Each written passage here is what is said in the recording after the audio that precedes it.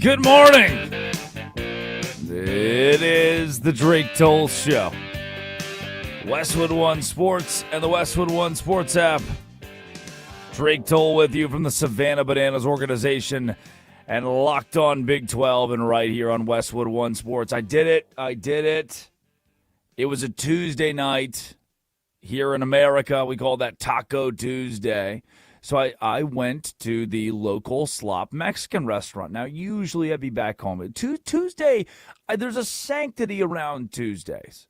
I wake up cozy in my bed in Savannah, Georgia most of the time, and I go to Cancun to the Mexican restaurant next to my house, Wilmington Island, Georgia. And I couldn't do that yesterday because I am in between trips, with the Bananas, Eugene, Oregon this last weekend. This weekend's in Midland, Texas. So I'm stuck in the in the purgatory of the Banana Ball schedule, kind of the in-between.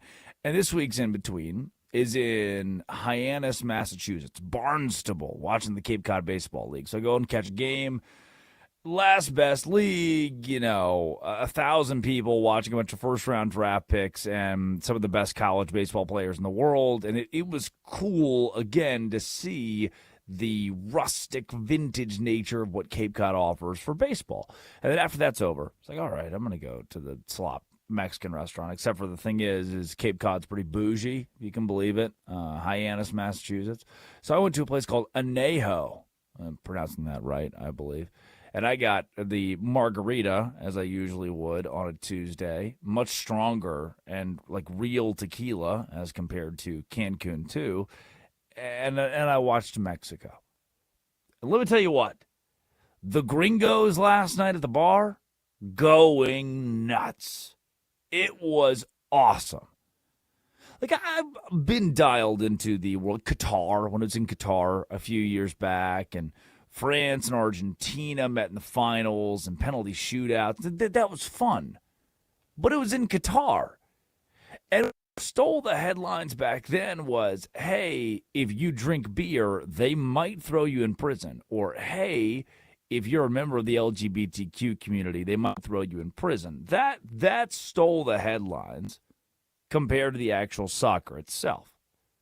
This year, last night, surely there are other countries who have headlines about, going to the United States is dangerous and we don't feel welcome. And I can only imagine that there are nations that have those storylines that are discussing that, and that's at the forefront of how they approach this World Cup. But for me, as for me and my family, as for me and my household, glued to it. And last night at the less slop Mexican restaurant, every time Mexico scored, every time Mexico did something good, positive, the whole place went crazy. This has been a great rallying point, an opportunity for people to see not just the United States, but Canada and Mexico, these host countries, as to see them for their best. Last night, the scenes out of Mexico were incredible. In the FIFA World Cup, Norway 2, Ivory Coast 1. France 3, Sweden 0. Mexico 2, Ecuador 0. Good morning.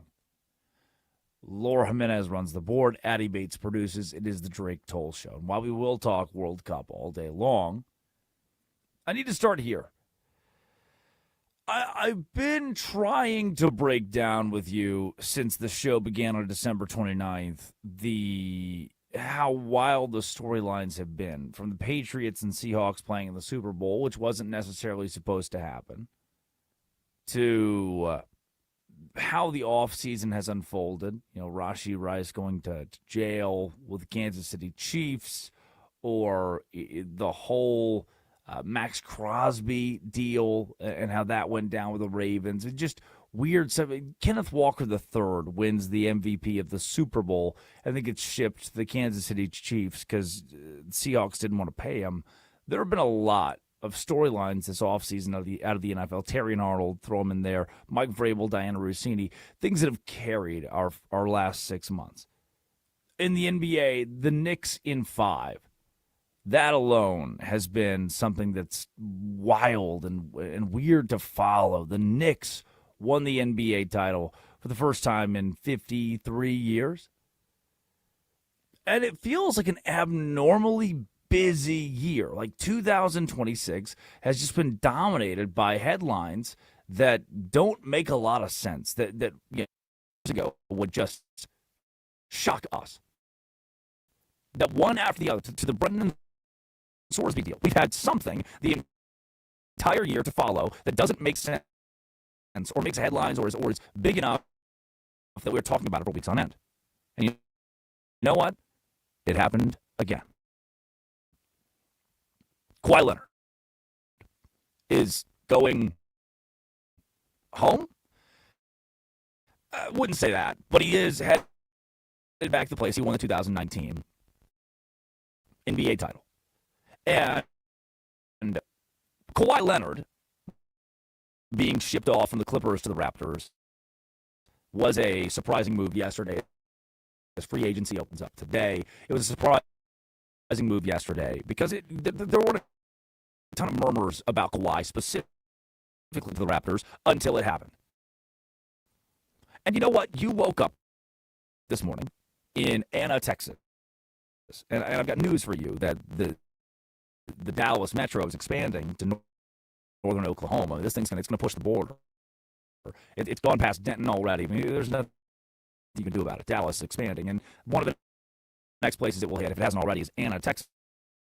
So good morning to you, and please be wary of that. And maybe you're fine with that because it's going to help ultimately your prices. You're going to be able to sell your property for a pretty good penny here in 5 or 10 years. Well, you woke up in Anna, Texas, and you said, I don't give a rip about Kawhi Leonard from the Los Angeles Clippers to the Raptors. And that's fine. You don't have to give a rip. Can I shoot you straight? I don't know if I give a rip, really. This doesn't make the Raptors a contender. It makes the Raptors better. They had a good year. It makes the Raptors solid. They're a good basketball team. They're a 4 or 5 seed. You saw that this year against the Cleveland Cavaliers. This makes the Raptors fine. It doesn't make them a contender in the East.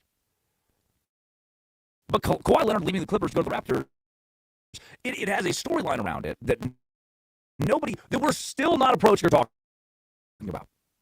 You know what happens in sports media is so-and-so radio host, so-and-so podcast host, this guy, that gal, they want to avoid X story because it involves people they like.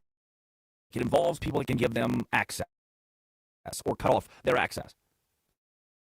There's a reason that you turned on your radio, your TV, and ESPN or CBS or some of these big names in sports, Fox, were not covering the Diana Russini story. I talked to a lead producer at Fox Television, the guy on the TV building the stories. He said, we were told explicitly by upper-level management, do not touch this story extremely hard. Dance around it a bit with the whole Diana Russini thing. And the reason is a lot of times you either know the people involved, you want to keep access. You don't want to burn any bridges. Well, we can't make Steve Ballmer mad with the Clippers. We can't make Mike Vrabel mad with the Patriots. We've got to play nice. Got to play ball. Personally, I don't give a rat's ass. Oh no, Mike Vrabel really doesn't like me. Okay. I mean, he made a decision to quietly hang out with Diana Russini. Oh, no, Diana doesn't like me. Okay. She made a decision to quietly hang out with Mike Vrabel. My job is to talk to you about the biggest stories in sports. And something that has been avoided at an extreme level is the allegations surrounding Kawhi Leonard, the Los Angeles Clippers, and the sustainability company Aspiration. It's a complex controversy. We've got Pablo Torre, once again, just shunned from any and all NFL conversations, NBA conversations, MLB conversations. We don't want to talk about Pablo Torre. the core of the scandal, which is the first thing that I want to talk about in regards to Kawhi being traded. The core involves a $28 million endorsement deal. That's weird. What do you mean a $28 million endorsement deal? That's pretty hefty. Kawhi Leonard's getting $28 million via his LLC, KL2 Aspire, and Aspiration. Yeah, that's right. A sustainability services company. Reports from journalists like Pablo Torre alleged this was a no-show job. Leonard was paid $7 million annually, despite no evidence of him publicly endorsing or performing work for Aspiration. No one knows what the hell the company's for. The contract reportedly contained a specific termination clause that would void the agreement if Leonard left the Clippers, which critics argue is a smoking gun for salary cap circumvention. So you're telling me that Kawhi Leonard reportedly is making $28 million off the side from a company no one's ever heard of, and the stipulation is that he has to stay with the Clippers? That sounds like, and forgive me if I'm being crass here, maybe the Clippers are under the table giving Kawhi Leonard a little extra something, ensuring that he stays in town. Well, investigators scrutinized whether these payments were disguised way for the Clippers. Steve Ballmer to pay Leonard under the table. Aspiration is heavily funded by, hold on, I have it in my notes here. I can make sure this is correct. Aspiration is heavily funded by Steve Ballmer, who invested $50 million into the company, and the Clippers had a separate $300 million partnership with the firm. This company no one's ever heard of, no one knows what they do, they just exist, and all of a sudden, this Ballmer investment, this company that you haven't known about, it's not been on your radar, is giving Kawhi Leonard $28 million. Not for big appearances, not for commercials, just they're giving him $28 million for nothing that we can tangibly see, for no tangible reason. I mean, you decide what that looks like and sounds like. The owner of the Clippers has a massive stake in a company that otherwise doesn't exist outside of giving money to Kawhi Leonard. But no one wants to talk about it. But we shouldn't, because, we don't want to make Steve Ballmer right. Well, we shouldn't, because it's still, there are a lot of complicated and complex pieces of this. We don't want to misspeak. There are allegations being thrown around. We should be careful. Well, Boss Hog, Kawhi going to the Raptors is a great way to throw this away. To be like, oh, well, it's over now. I don't have to talk about it, do we? Kawhi Leonard's a member of the Raptors. He doesn't even play for the Clippers anymore. Just take it and run. But this controversy is a federal legal matter, especially when Aspiration and its co-founder, Joseph Sandberg, became the subject of a fraud investigation. Prosecutors saying that Aspiration misled investors about its revenue operations, and the company filed bankruptcy in 2025, in March of last year. Sandberg convicted for a $248 million fraud scheme.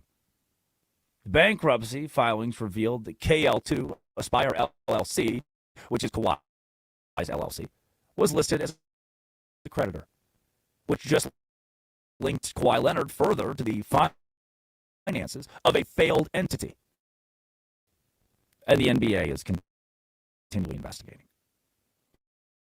So the first thing you think of when Kawhi goes back to the Toronto Raptors is nice. Cool. The Raptors are still a middling team in the East, and they're not going to be an NBA Finals contender all of a sudden. Old man Kawhi Leonard is in the fold. Been around for a while. Been in the top 10, 15, 20 players of the league for a while. But the reason that I care about this story is because I still seem to remember the Kawhi Leonard who's at the forefront of a pretty big NBA controversy that nobody wants to talk about, that nobody feels inclined to mention. And now the Clippers have traded the All-Star, the Raptors, for Brandon Ingram, Grady Dick, and a bunch of first-round picks. And Kawhi Leonard, 35 years old, actually just turned 35 the other day, June 29th. Happy birthday, Kawhi Leonard, 35 years old, is headed back to Toronto. I just don't want you to forget. I just don't want you to overlook the guy who spent his 1 year with the Raptors winning an NBA title. I don't want you to I don't want it to slip your mind. And this is the same Kawhi Leonard, who's the forefront of an NBA story that we tried to bury. Nobody talk. It's taboo to talk about. We shouldn't talk about that. You might get blacklisted by the NBA. The NBA is not going to like this. Shams won't talk to you. Ballmer won't talk to you. The Clippers will cut your access. Huh. Okay. We're not constrained by that here. And the Kawhi to the Raptors story brought to mind the guy, the Claw, who is still at the top of the controversy. Don't forget. When we come back, the World Cup last night was, it's just, the scenes out of Mexico were special. And the World Cup gets better and better. And having the United States as a host country this year is, even though that Mexico City was the host country for the Mexico match, just having it in this continent, and the matches played in the United States, it makes you the pride out of that. It makes you feel something during America's 250th anniversary. Oh, and by the way, LeBron James, no longer Los Angeles Lakers. It's Westwood One Sports and the Westwood One Sports app. This is the Drake Toll Show.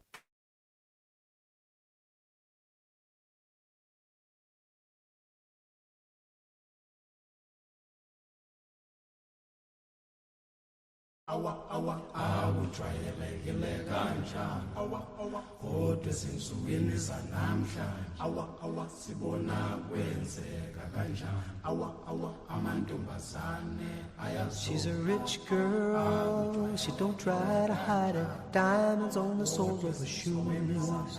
He's a poor boy, empty as a pocket. Empty as a pocket with nothing to lose. Sing ta-na-na, ta-na-na-na. She got diamonds on the soles of her shoes. Ta-na-na, ta-na-na-na. She got diamonds on the soles of her shoes. Diamonds on the soles of her shoes. Diamonds on the soles of her shoes. Diamonds on the soles of her shoes. Diamonds on the soles of her shoes.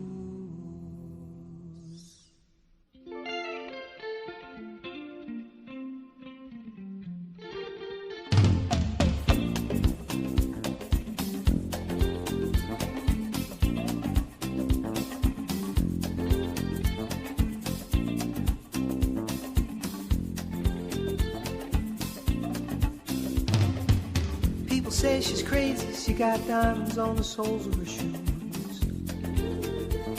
Well, that's one way to lose these walking blues. Diamonds on the soles of your shoes. She was physically forgotten, but then she slipped into my pocket with my car keys. She said, you've taken me for granted because I please you. Wearing these diamonds.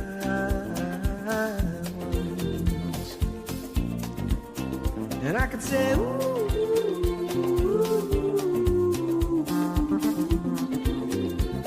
as if everybody knows what I'm talking about. As if everybody here would know exactly what I was talking about. I'm talking about diamonds on the soles of her shoes.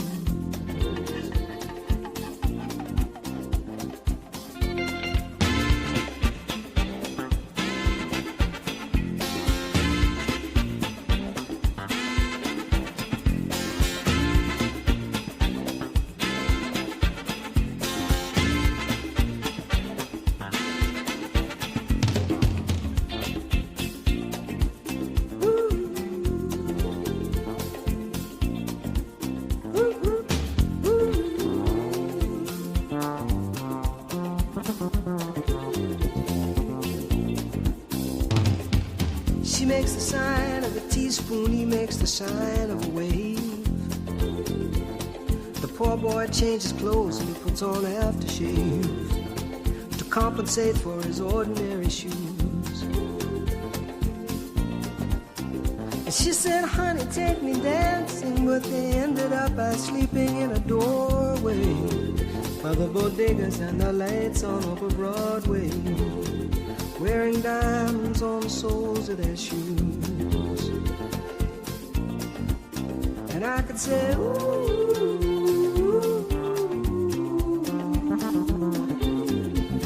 and everybody here would know what I was talking about. I mean, everybody here would know exactly what I was talking about. I'm talking about time.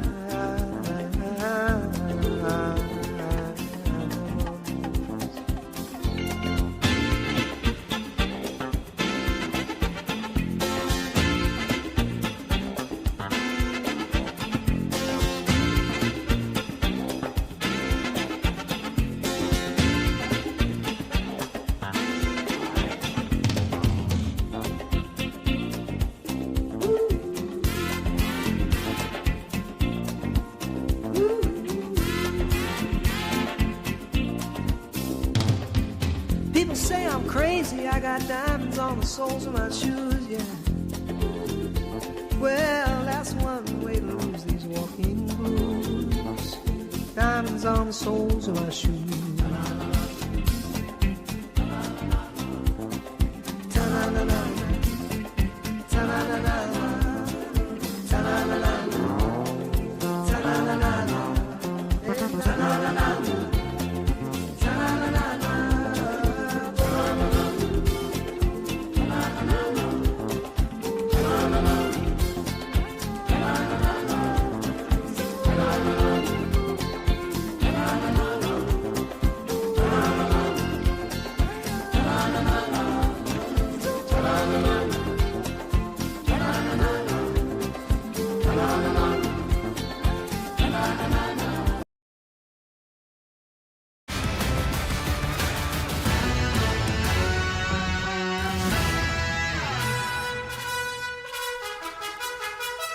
We're going to get drunk before the game, we're going to get drunk during the game, and then we're going to get drunk after the game. I'm excited! I love it! Yeah, baby! And I was taking shots from the front and the back.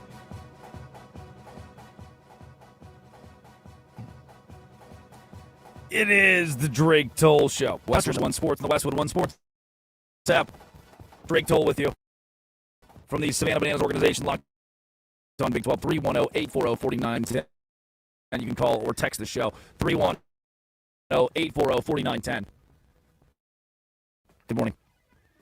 So, what happens is every show, about eight, I guess in some time zones, yeah, about 6:15, I'm supposed to go to break. And sometimes it's 6:15, sometimes it's 6:17, or 6:17 and 33. I have the thing in the top right-hand corner of my screen that has the time by the seconds. And you can listen to the entire Drake Toll Show on the Westwood One Sports app, or the Drake Toll Show YouTube page, or Sirius XM 375, or you can listen back to it via podcast.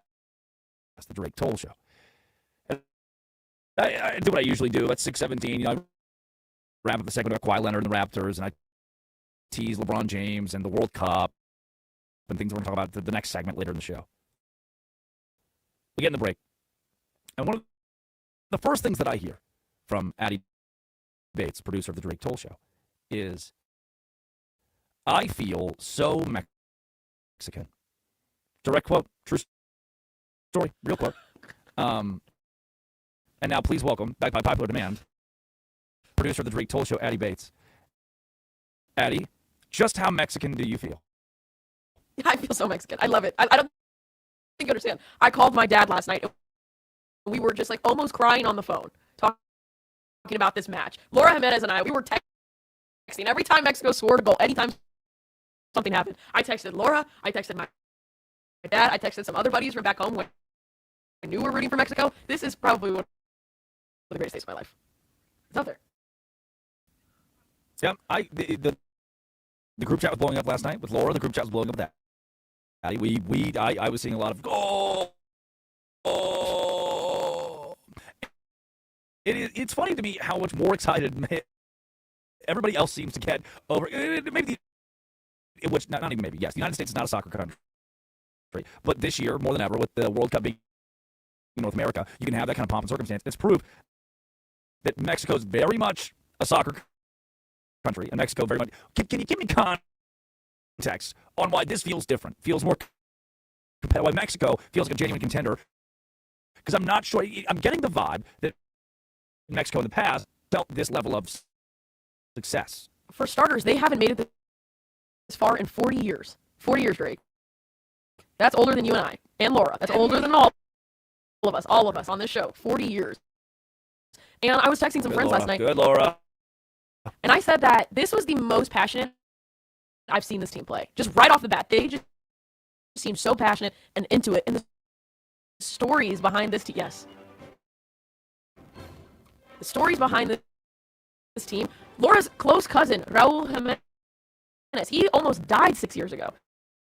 And there he is last night scoring the second goal of the match. That's how beautiful this team is. Anytime something happened, you just see the entire crowd, the entire stadium singing El Rey by Vicente Hernandez. Like Fernandez at the end of the match. I was almost in tears. If I go to my phone right now, that's what I was looking at. That's what I was listening to the entire ride home. That's all I was listening to because I just wanted to be where they were in that moment. It meant so much for them. It meant so much for the team.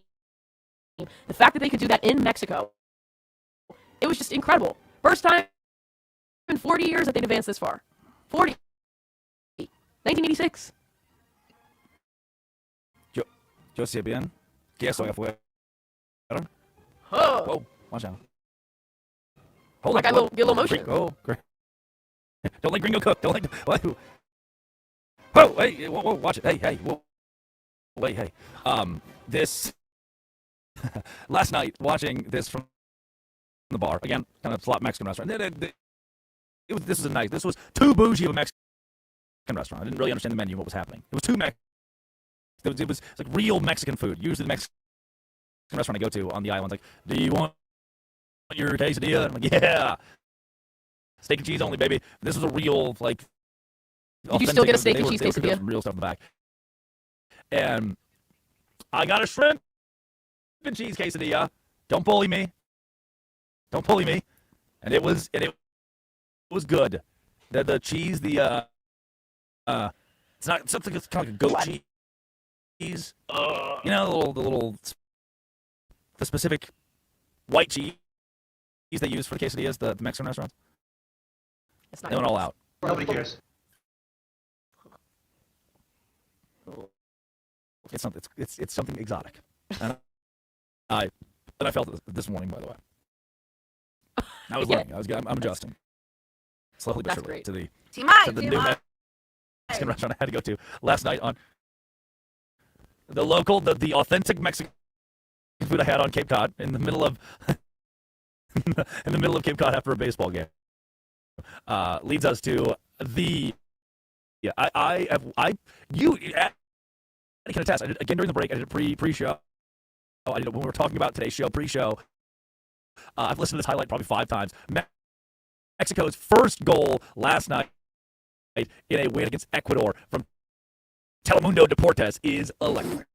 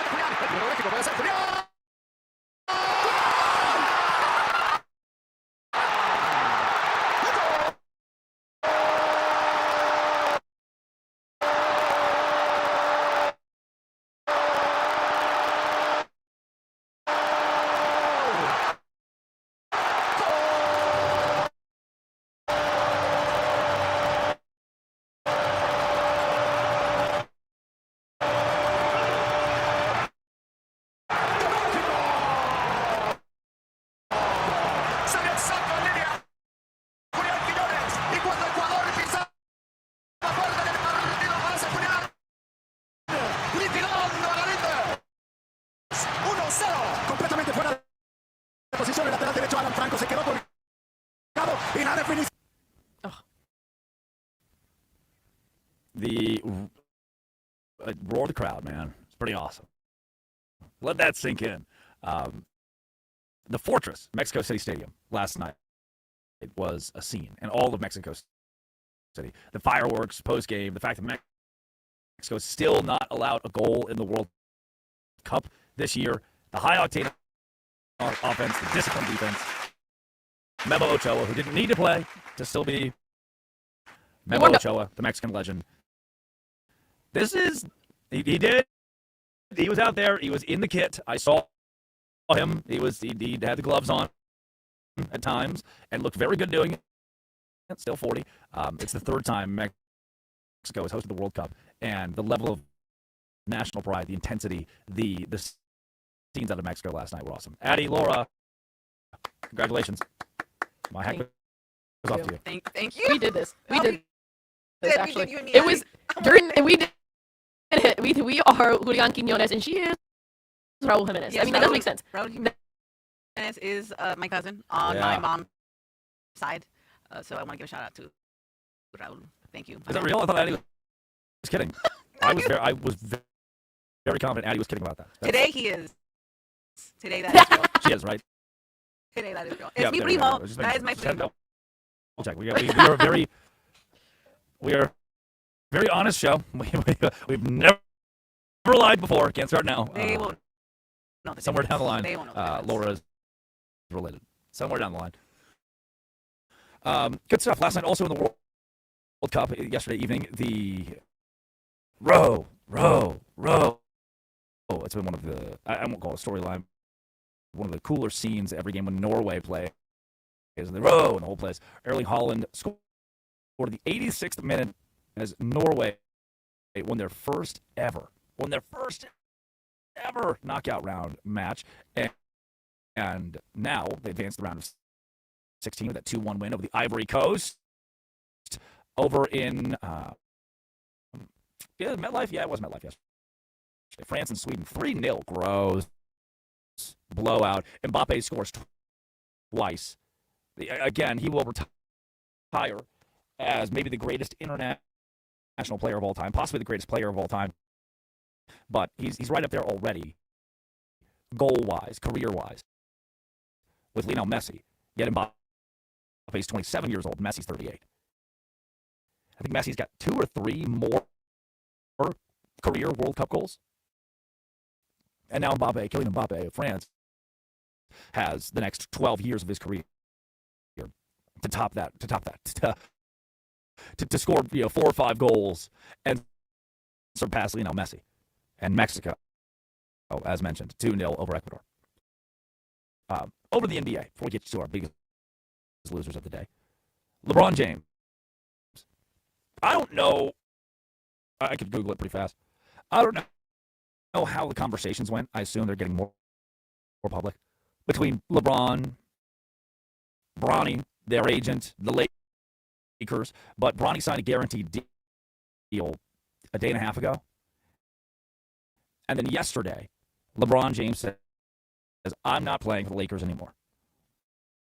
I'm leaving my son. I'm leaving the team. Now that my son has some guaranteed money, a guaranteed contract, and is going to be back next season with the Los Angeles Lakers. I'm good. And there have been rumors about the Cleveland Cavaliers, the Golden State Warriors. Would LeBron want to go back to the Heat? Or would the Knicks be in play? You throw in the big markets like New York because they just won a title, and you assume that LeBron probably wants to win another ring before he hangs it up. But, man, I said it a little bit yesterday. I want to reiterate this. I want to go back to this. I get it. It's a big story. You want to talk about it. The world wants to know, where's LeBron James going next? Michael Jordan, he's going to the Wizards. Yeah. Doesn't pan out, obviously. Old man Michael Jordan not working out at the Wizards. It just was weird. LeBron James, where's he going next? Where will he find his version of the Wizards? Where will he find his last team to roll around and wallow with? And I want you to know. We'll talk about it. We'll cover it. There's segments on it. It'll be a pivotal point of the Drake Toll Show on Westwood One Sports. It's the Westwood One Sports app. But wherever he goes, Does LeBron James make an organization a contender for the National Basketball Association in 2026? No! No! We can throw around rumors. We'll talk about it. But is it going to matter? Is it going to affect who wins the NBA title next year? Is he going to win the NBA title? No. Let's first establish that. And as long as you and I can agree, then we can have those conversations. It's cute. It's fun. Where will maybe the greatest player ever finish his career? Is it another year? Is it another 2 years in the NBA for LeBron James? We can dive into it all. But I need you to accept that whatever happens with LeBron James, contender is not a word we're going to be able to use again in the realm of how you view LeBron, one of the greats, for the rest of his NBA career. Whether it's 1 or 2 years, that's not who we're talking about. That's not the guy that we're discussing. When we come back, let's give you our biggest losers of the day. It's Westwood One Sports and the Westwood One Sports app. This is the Drake Toll Show.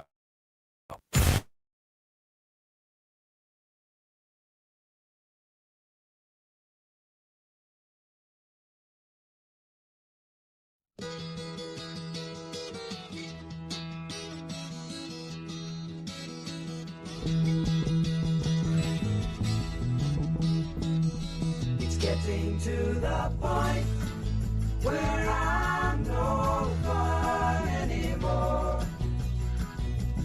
I am sorry. Sometimes it hurts so badly I must cry out loud. I am lonely. I am yours, you are mine, you are what you are. You make it hard.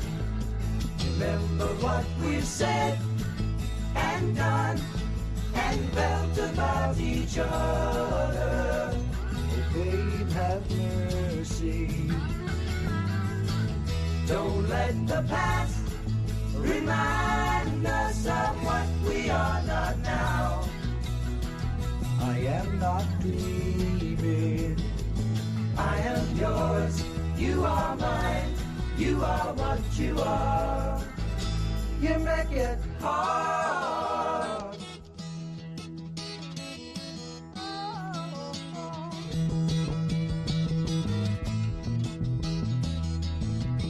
Tearing yourself away from me now. You are free, and I am crying.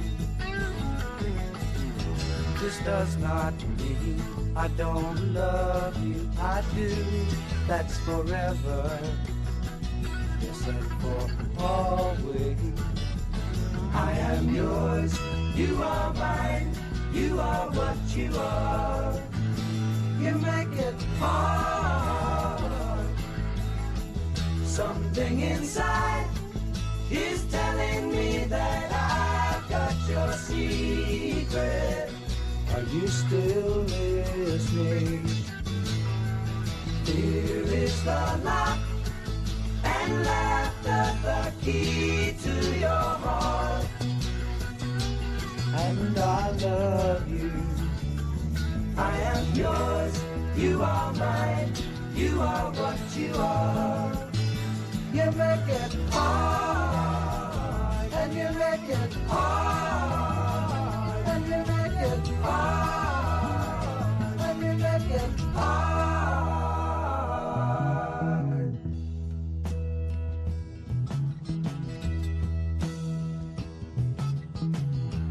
Friday evening, Sunday in the afternoon. What have you got to lose?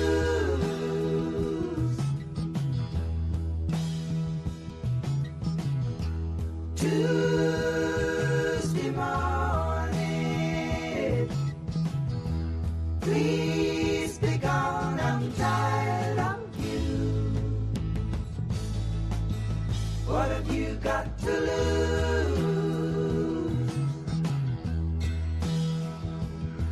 Can I tell it like it is? Listen to me, baby. It's my heart that's a suffering, it's a die, and that's what I have to lose.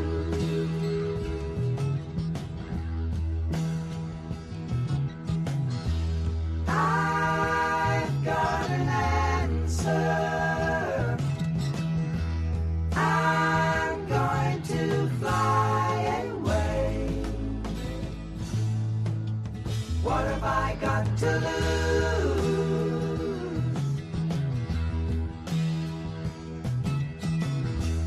Will you come see me Thursdays and Saturdays?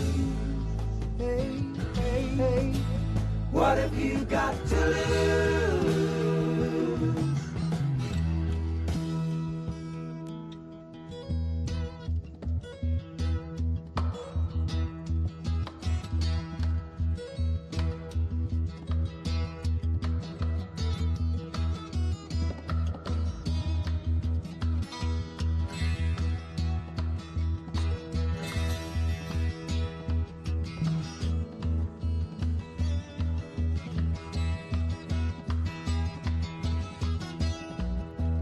Chestnut brown canary, ruby-throated sparrow, sing the song.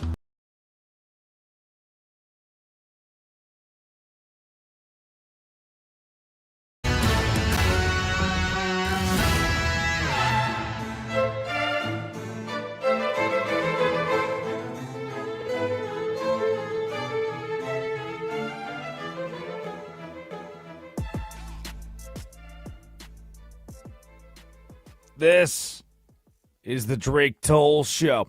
Drake Toll with you from the Savannah Bananas organization, Locked on Big 12. Good morning, Eddie Bates produces. Laura Jimenez runs the board, and from wherever you're listening, what an offseason it's been in the National Basketball Association. We will find out where one of the legends of the game, LeBron James, will play his year in 2026-27. We are learning that Ja Morant is good. Just Kawhi Leonard is now a member of the Toronto Raptors. Again, LaMelo Ball traded away from the Charlotte Hornets, which doesn't make any sense because he was the one thing they had going for them. And they want him to go to just the land of shadow and flame. We don't need him anymore. We don't care that he's in the fold anymore. Okay?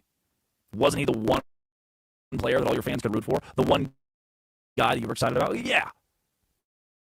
Why would you trade him away? Well, because. Surely you must have gotten a really good deal out of it. Well, no, not really. We got Miles Reed. Isn't that good, guys? Come on. And then Giannis Antetokounmpo from in a normal NBA offseason, LaMelo to the Timberwolves could have been the story. The 6'7", 24-year-old who was Charlotte is gone. But it's like 8th on the list right now.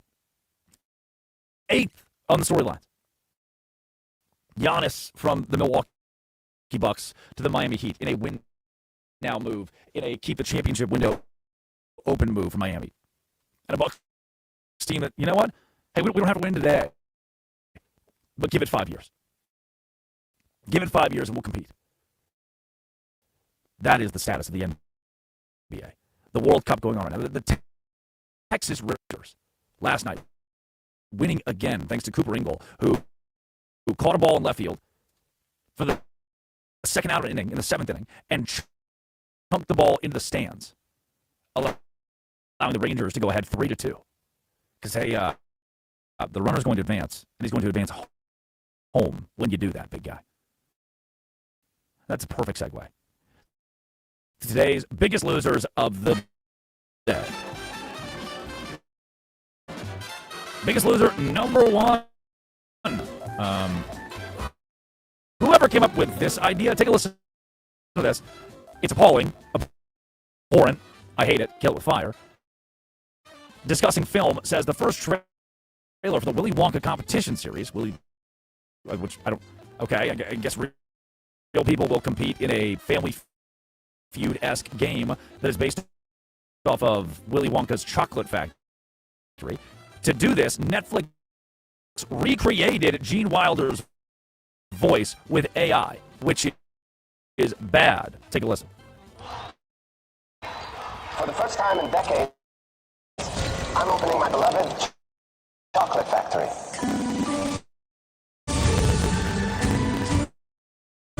A whole new generation of real-life golden ticket holders will compete for a life-changing prize. Or say a most unfortunate goodbye.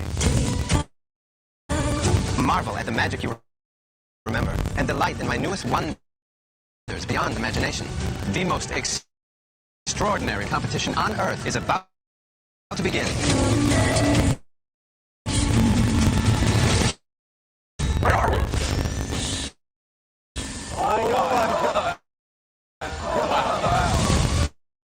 There's no turning back now.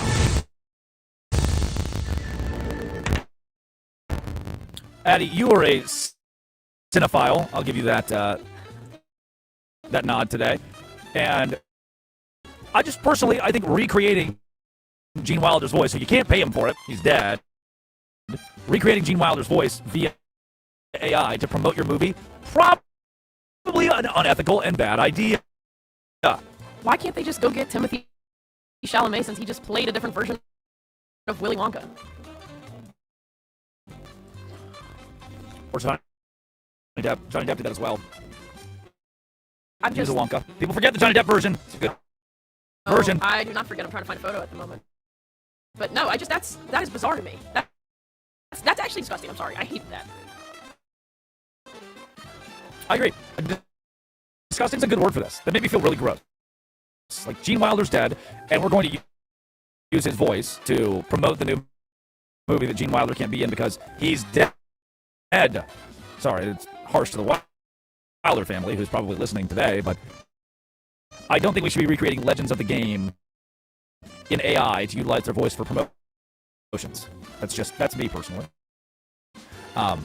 Biggest losers of the day.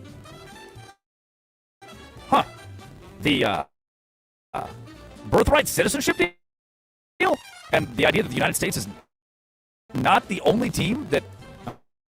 I mean, wow, team, I'm really in sports mode.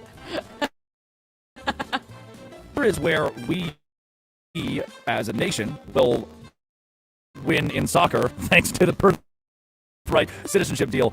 This from the Oval Office yesterday. We just have to accept it. The Supreme Court shall accept. I think it's very bad for our nation. We're the only nation that does it. No other nation does that birthright citizenship. No, not even close.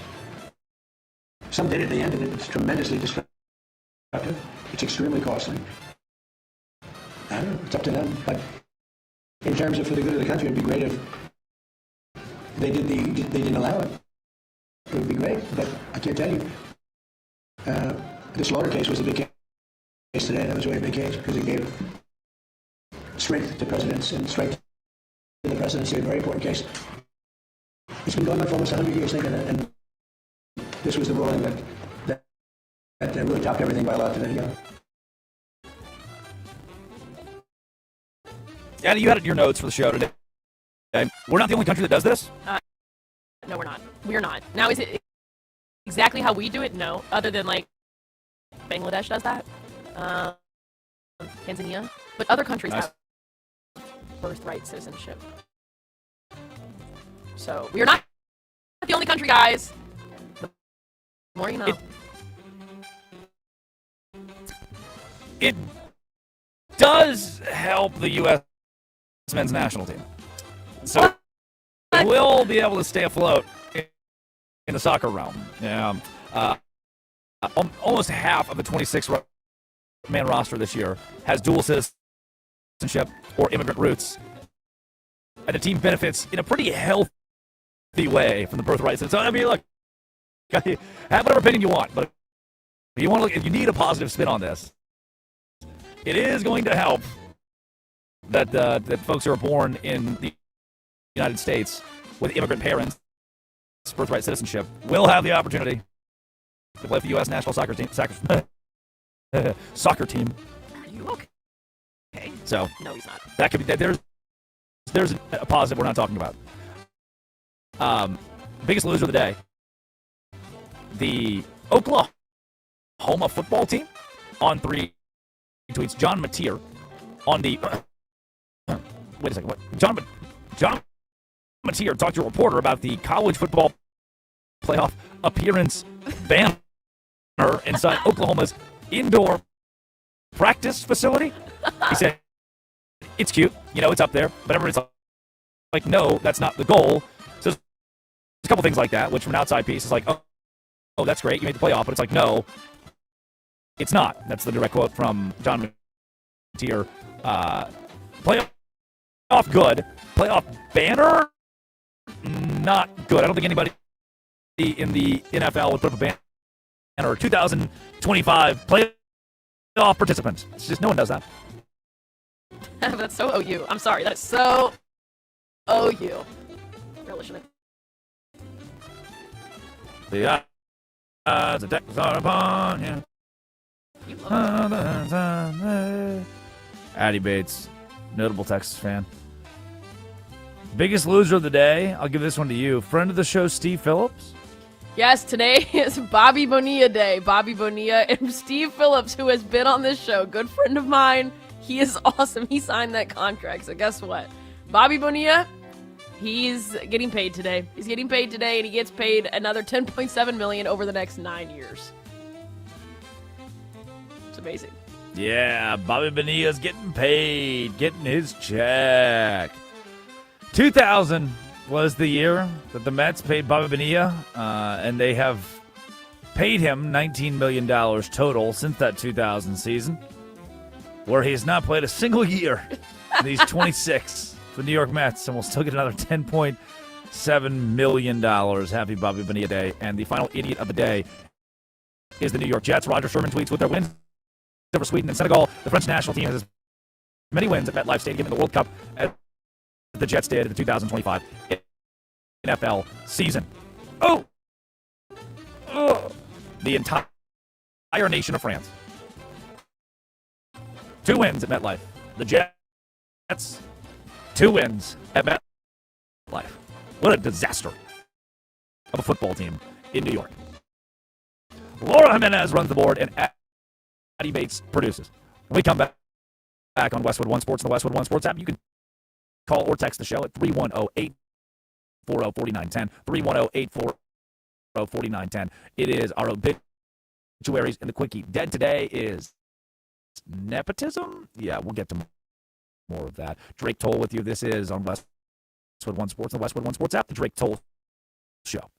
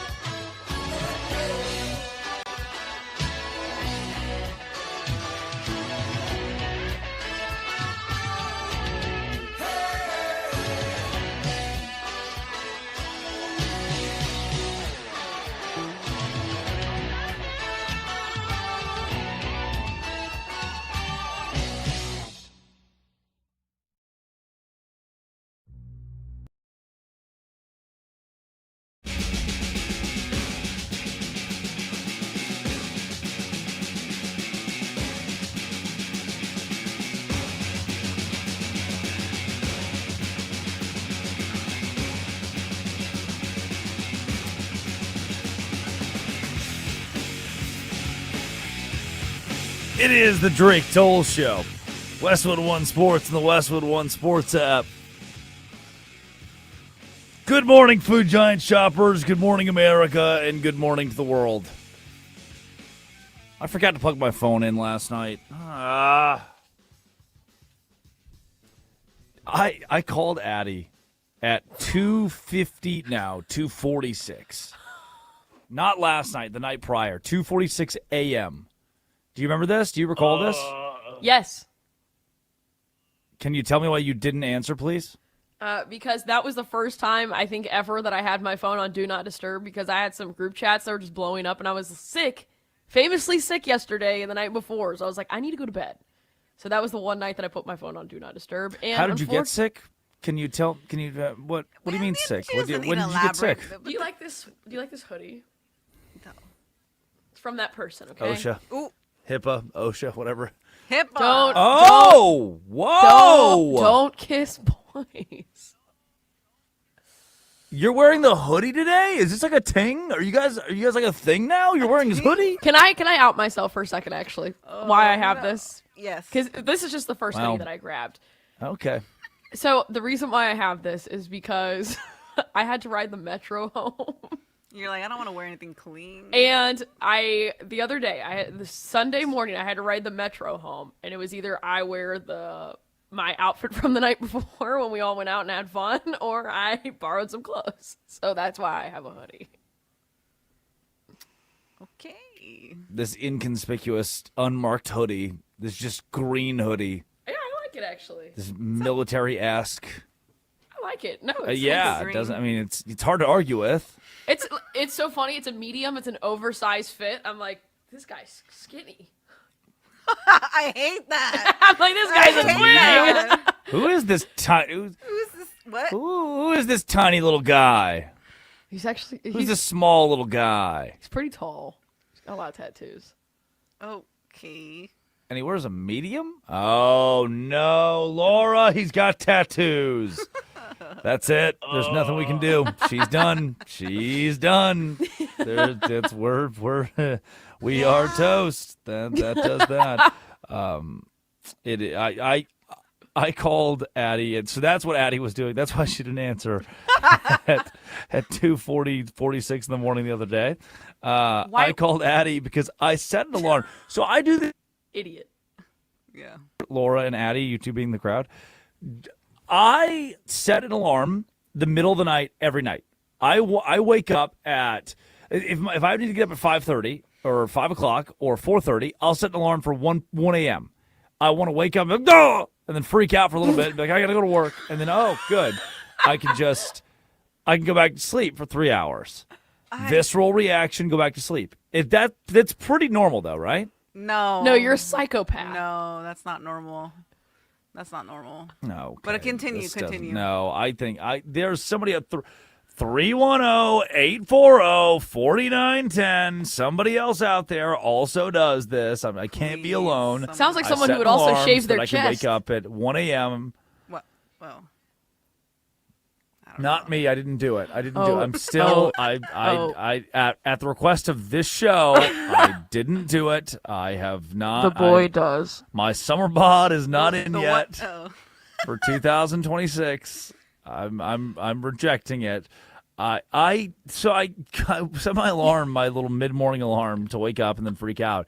And I usually don't freak out. I wake up like, oh, sweet, 3 more hours of sleep. Groundhog Day, and then click, and the thing goes off. Yesterday, what happened is I woke up at 2:46. I've been on the West Coast, and I wake up at about 2:15 on the West Coast. Show starts at 3. Woke up at 2:46 and was like, damn, we have a show in 14 minutes. Addie's going to kill me. So I called, the first thing I did at 2:46, I throw the blankets, hoodie on. I was like, no, please, no. And I call Addie frantically, not realizing that I'm just not 3 hours away from our program. And I thought she was asleep. Turns out she was with the tattoos guy. No, I was asleep. I was asleep. I was sick. All right. You're not beating the tattoos guy allegations. I said this weekend. Would I like I'm not him? going to deny Is that. he a friend of the program? Does he listen to the program? Did you tell him? Were you like, oh, I work on the Drake Toll Show? And he was like, the Drake Toll Show? I love that. Actually, whenever we were all out the other night, I texted Drake this. We were at this rooftop bar called The Perch, and we were all watching Argentina. Tapas. And I look over. Hookah. I look over to this TV that's in a building next door, and who do I see? Oh, is this Drake's big ass in a fur coat? I was like, oh my God. And I was talking to him. I was like, well, that's on ESPN. I was like, that's the host of the show I produce right there. That's the banana. I was like, that big banana one, the blonde banana. I was like, that's the show. That's our host. So actually, yes, he does know who you are now. He does know who you are. He's probably not going to stay around for long, guys. Nice. So this will be the beloved. No. The beloved baby boy of the network, right, Drake? The big banana. Yeah, the baby banana. The baby banana. Look at it. I last night I set my alarm and I didn't freak out. It was all normal. And I woke up today after this La Mexican restaurant that I went to and the Cape Cod Baseball League game that I went to. It's a good segue, the Cape Cod Baseball League, into our obituaries. Dead today. Delays on national radio. None of you need to know the context of that, but it's going to drive me insane. Also dead today, getting kids kicked out of college.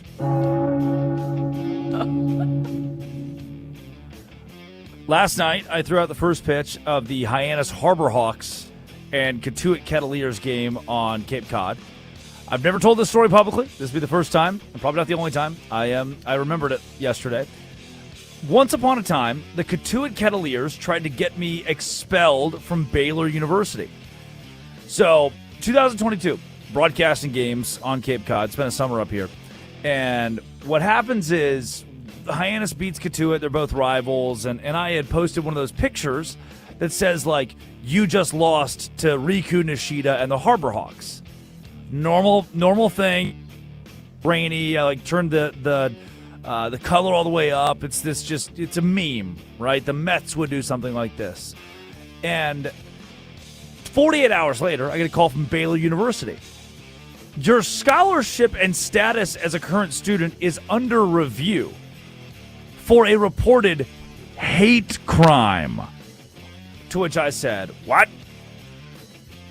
Turns out the Katuitt Kettleers had reported the meme to Baylor University because of hate against the Asian community. As if I would take Riku Nishida, a player on our team, and hate crime him on Instagram. So what happens is it's a picture of Riku Nishida, a Japanese-born player, and a dog in the stands. And it's the cutest picture you've ever seen in your life. Katuitt said it is a hate crime, as Drake had insinuated with this post that Riku commit a suicidal act via the noose that is featured in the picture. Of course, Baylor takes this very seriously. They asked me to delete the photo. I said, I will not delete the photo. I'm not admitting guilt to this. There's no noose there. They said, well, we feel like we're squarely looking at a noose. It was a string of 50-50 raffle tickets in Riku's hand that they thought I had edited into the photo as a noose to incite a suicidal act. So I told Baylor University, no, those are raffle tickets.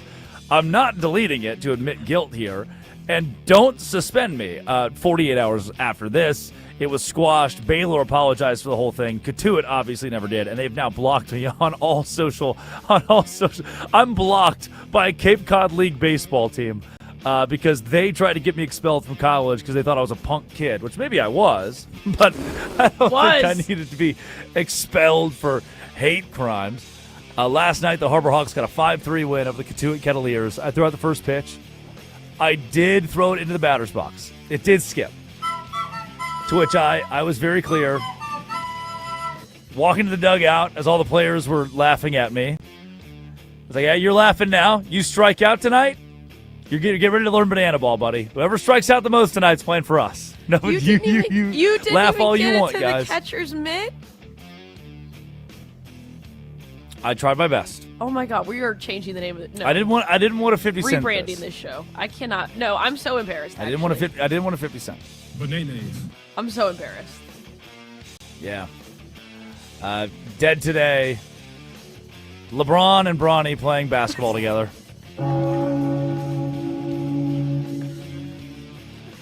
Hater report tweets Thanasis when he sees Bronny walk into the locker room with the Guangdong Southern Tigers.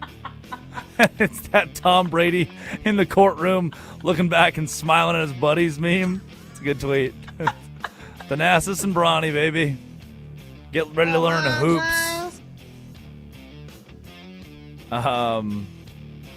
The last obituary we have in here is dead today. I'll do this. Dead today.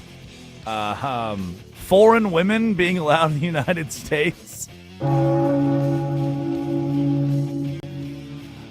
After the whole birthright citizenship thing yesterday, Sean Davis, who's I guess a pretty big, is a pretty big conservative voice. Scary. Says via the we need to nullify the 14th Amendment after yesterday's ruling, and in an effort to ensure that the U.S. soccer team never wins again, deny all entry to foreign women in the United States as a response to the Supreme Court's ruling. What? I gotta say, after going to the Germany and Paraguay World Cup game, we should not deny foreign women from getting to the United States. We should allow foreign women to enjoy what our great nation has to offer. And that's just me speaking as it's a good old red-blooded American. Let the ladies from Paraguay come hang out, man. Let them come hang out. But not Germany. Those are today's... yeah, no. A lot of Argentinian women that were there. They were... The German women, I was just like, I've seen this song and dance before. It's like it was like a normal. It's like you looked in the mirror. Normal Wednesday like, in South Lake, Texas. Yeah, you looked in the mirror. It's just you with long hair. Yeah. Yep. Those are our obituaries. Time for the quickie. Top 5 headlines in all of sports. Addy Bates reads them, and 9 seconds later, Drake Toll responds. Oh, here's your first headline: Wizards to shun trade offers for Anthony Davis. Surely I'll hear that at some point. What you just... Oh, there it is. Yep. Sweet. Nice. Thanks a lot. Okay. I mean, I thought of the whole Warriors, AD, LeBron situation. The last thing that they needed out of that was Anthony Davis. The guy who doesn't play basketball, really old. No one knows if he's good anymore. No one can guarantee that he's going to be good. I don't think the Warriors need Anthony Davis to create this old man super team with LeBron and company. So I am confident. I'm down the middle here that Anthony Davis staying with the Wizards is probably the biggest loser in that whole deal is probably going to be the Wizards. So I'm whatever. They can have him. They can keep him. If the Warriors can't get him, I don't think it's that big of a deal. It sounds like LeBron and Anthony Davis want to play together again to reinvigorate Anthony Davis toward his NBA career and him actually wanting to play in games. And now that won't happen. The Wizards are going to keep him. He'll play 33 games next year, and it will suck. That's a minute. Liberty top aces, and they're the first to win 2 Commissioner's Cups.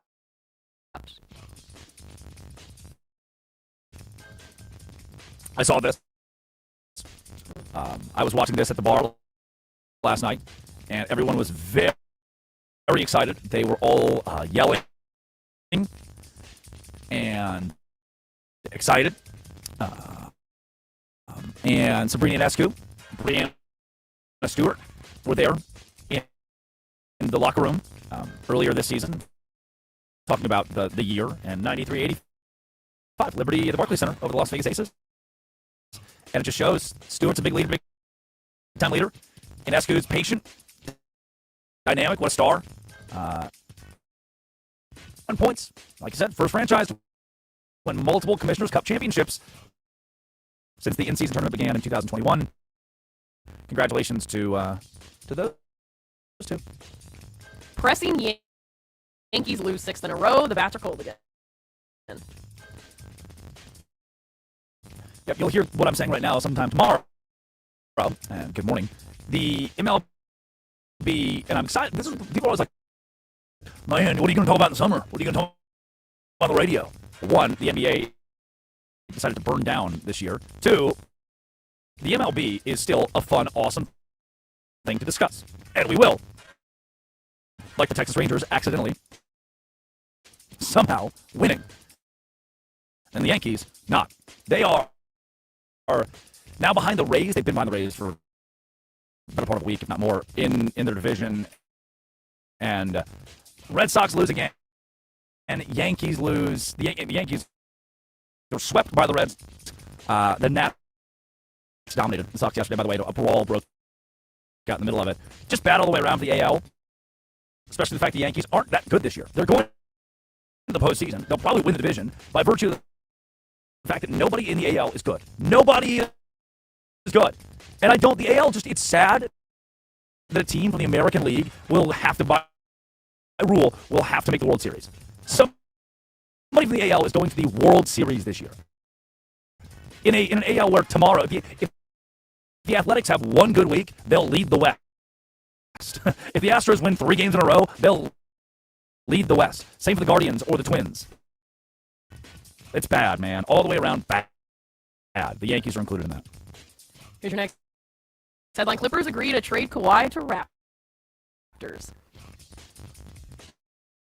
Yeah, one day you'll be able to hear me. This is an old man Kawhi Leonard. We've forgotten about the time that he was possibly making $28 million from a random company that's never existed and no one's ever heard of. We've neglected that. And we're going to let Steve Ballmer and the Clippers get away with it, most likely, thanks to shipping him to Toronto. Back to Toronto. He's headed home of sorts. Won a championship there in 2019. Kawhi Leonard's back after 1 season in Toronto. So he is a Raptor again. And does this make the Raptors a contender? No. Does it make the Raptors more competitive? Sure. Is it going to greatly affect anybody else in the East? No. So fun, but this doesn't tickle me at all. Nice job, Toronto Raptors. You have Kawhi Leonard again. Old man Kawhi Leonard. Hope it works out for you. It does not tickle Drake, everyone. It does not tickle him. But here's your final headline. Mexico oust Ecuador. First World Cup knockout win in 40 years. Ole, ole, ole, ole. Ole, ole. That is per Adam Schefter, by the way. Mexico dominated yesterday. Still no goals allowed in the World Cup in 2026. None. They've not allowed a goal in the entire World Cup. Mexico's undefeated this year, 4-0 in the group stage and now the knockout round. And the scenes out of Mexico City were awesome. Tonight, United States, Bosnia. I am from Bosnia. Take me to America. It's that AI song going around on TikTok. We should play that at some point. Tonight, the United States could do the same thing. I'll be in Midland, Texas, watching it. How fun is that? Ooh, patriotic. I'll tell you that much. I got new shoes. I got a shoe game. My name is what? What was the name? Got a game tomorrow. Got a basketball game tomorrow. Got a basketball game tomorrow. I think it's Trey, right? Got a shoe game. It is Trey. My name's Trey. Got a basketball game tomorrow. Added base produces. Laura Jimenez runs the board. That's a minute. Congrats to Mexico. U.S. plays tonight against Bosnia and Herzegovina. Yeah. This is Westwood One Sports. The Westwood One Sports app. When we come back, Brendan Sorsby is not suing the NFL. What the hell is going on with this guy? And why did the NFL just deny him the supplemental draft? This is the Drake Toll Show. What?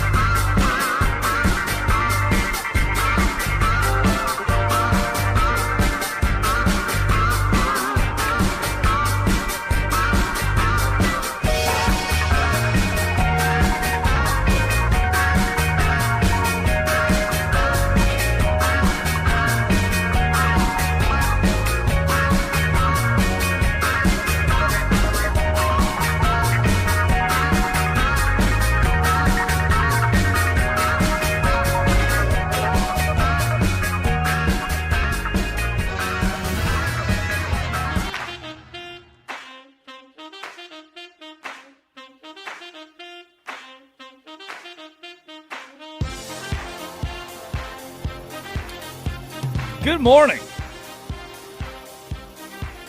It is a full show. Westwood One Sports and the Westwood One Sports app. Patty Bates produces and Laura Jimenez runs the board. You know,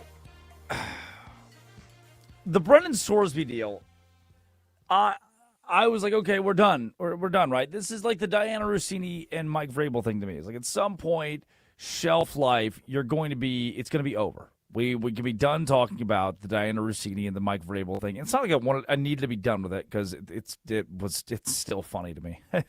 And not that an extramarital affair should be funny, but the whole her and, oh, I can call Kevin O'Connell for you. Oh, the quarterback of the Vikings is terrible, and she's, utilizing the NFL and coaches and FaceTiming coaches to get out of tickets from, law enforcement. At some point, that story ran out. The shelf life was done. One of the reasons about it so much, and if you were with us since the beginning of the show today, I opened with this, is I have talked to producers at major national networks who have told me, we cannot, as a national network, discuss Diana Rossini and Mike Vrabel. We cannot. We've been told on the television by our bosses, do not talk about Diana Rossini because so-and-so knows Diana and she's worked with this guy and we've had her on as a guest. They don't want to burn that relationship. And they don't want the Patriots to be mad. They don't want Mike Vrabel. They don't want to lose access. So many different little pieces to why we can't talk about X story. And so one of the driving factors of us discussing it so frequently when we did on this show, I don't have that. I don't. Like, Westwood One Sports has a great relationship, obviously, with the NFL. And I'm not going to call Roger Goodell an idiot. I don't believe he is. I'm not going to just rag on the NFL for the sake of ragging on the NFL. I don't need to. I don't have to. This doesn't need to be a shock jock. Like, oh, this guy is just mad at the NFL. Be mad at the NFL. And at the same time, I don't feel as though I have to tiptoe around stories to protect some relationship. It's the beauty of Westwood One Sports connection with the National Football League is there's a mutual understanding of at some point nationally, the story is the story. We're going to cover it. I don't want to be, nothing's going to harbor us from attacking a story, giving you an opinion, the facts, what's happening at the top of the National Football League or the NBA or the NHL. And so these relationships are key, no doubt. But I don't get a call from my boss saying, hey, man, avoid this story. Hey, man, don't talk about this. Hey, man, change your opinion. I can express my opinion on behalf of Drake Toll of the Drake Toll Show and it not affect Westwood One Sports because I'm not going to be unreasonable. That's what I've signed up for. I'm going to give you what I think, and I'm going to try to keep it between the navigational beacons and not go full clickbait, shock jock, rah. And it's not an effort to appease the NFL or appease some overlord. It's to give my opinion while representing the people of the world and also just not being an ass. And that's how we covered Diana Rossini. That's how we've covered Brendan Sorsby. That's how we've covered Kawhi and the possibility of him being paid on the side by this random company no one's heard of. Not with a fear of, well, man, if we talk about Diana Rossini and Mike Vrabel, then surely the NFL is going to call us and be mad. Surely Diana won't join she won't join our shows at Westwood One Sports now. Oh, the Patriots won't give us access. No, we don't play scared. We don't. I don't get those. I don't get a text. I don't get a call from the bosses saying, hey, dial it back. Because we're going to just tell it like it is. Not take it to an extreme that's unnecessary, but still tell it like it is. I'm not going to shy away from the Brendan Sorsby story to appease Texas Tech, to appease the NFL, to appease the NCAA. If I don't think the NFL is acting in the best interest of the fans, I can call that out freely. But here, in this case, I think Brendan Sorsby, and the new update in this case, I think Brendan Sorsby has one person, one entity to blame in the whole deal, and it's Brendan Sorsby. we've seen like Terrell Pryor. We've seen the NFL supplemental draft before. We've seen it work. We've seen it be a kind of a bookend to controversy. Guy does bad thing. The supplemental draft is where he goes to further his football career, and we forget about the bad thing after a while. But now Sorsby bets on, himself. Not literally, he bet on himself, and it's a bad pun. It's a unintentional pun. Bets on himself after he bet on his team, bet against his team while playing college football, and decides to attack it with the full force of the law. He says, you know what, NCAA, I'm coming after you. You know what, Big 12, I'm coming after you. Texas Tech, get the guns ready. Get in my corner, let's go. Come on. And the NFL saw that and said, so wait, hey, Brendan, come here, buddy. Hey, you telling us that you gamble on your own team, against your own team a few years ago?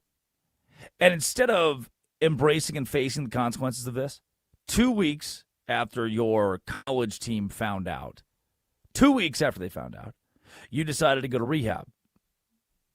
Okay, good for you. Glad you went to rehab. Why did it take you 2 weeks to do that? Why did it take you until it came out publicly to make that happen? Oh, yeah, it's a hard one to answer, isn't it, Brendan? Hey, Brendan Sorsby, when you were faced with the consequences of your own actions, could you tell us maybe why you just sued everybody involved?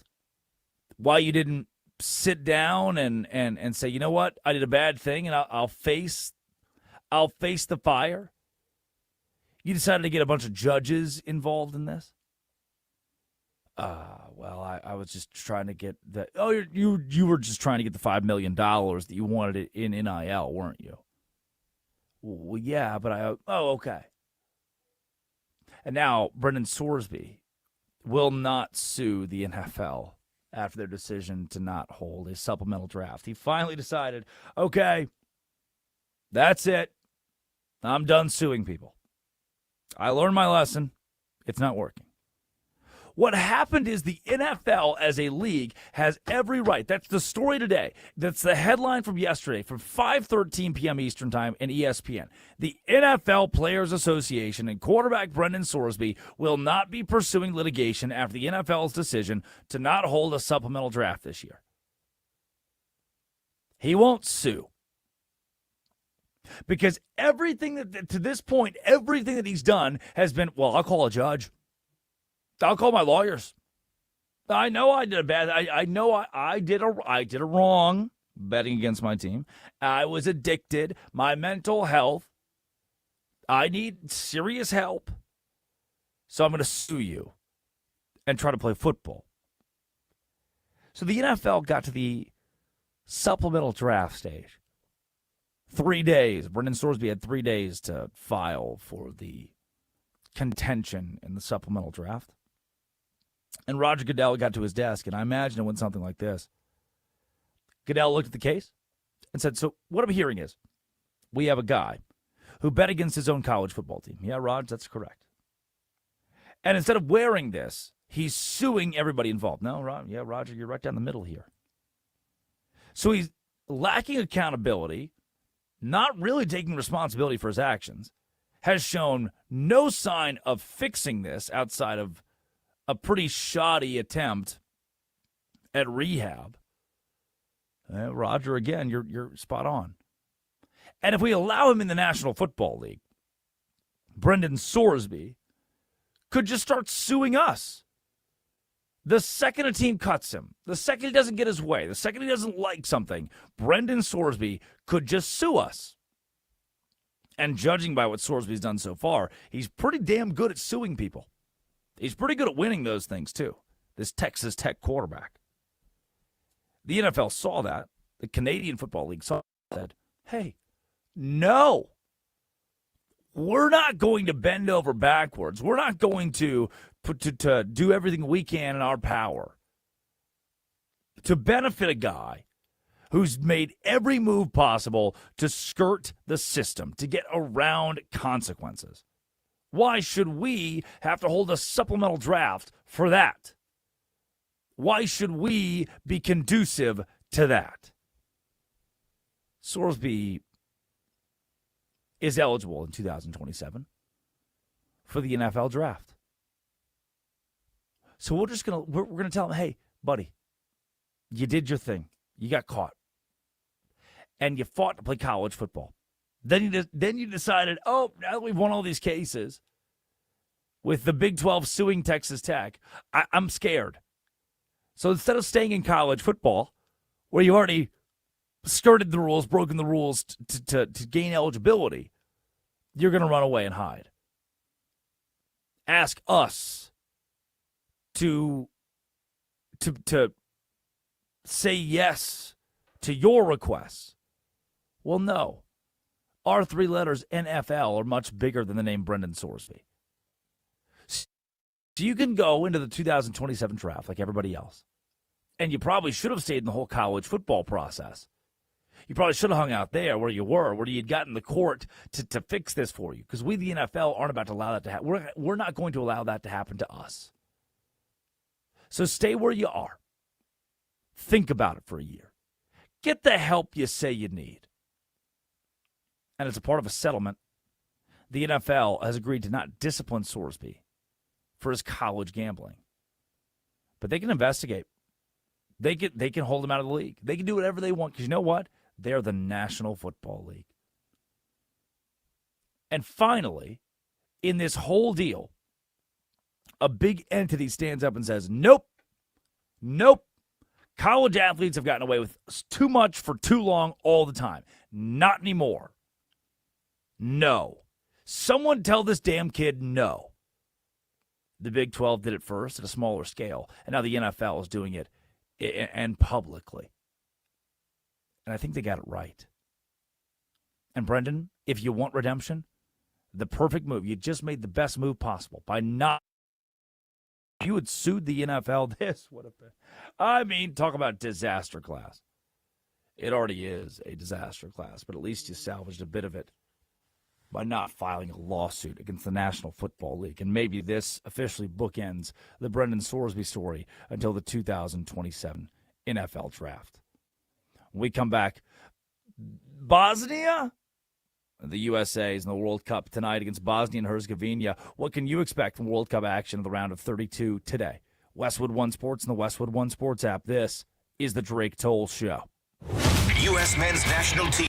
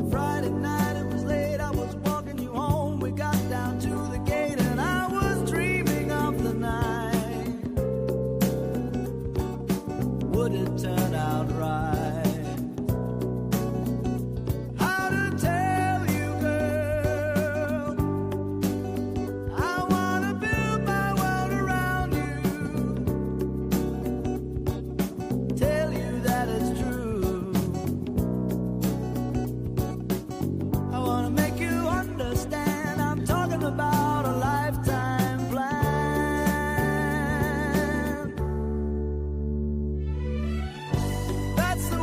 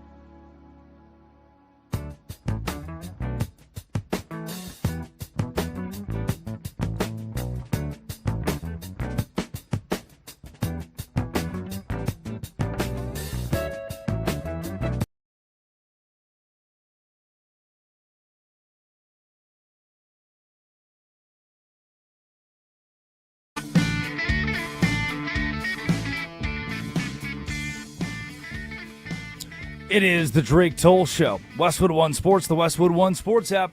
Drake Toll with you from the Savannah Bananas organization and Locked On Big 12. Good morning, everybody.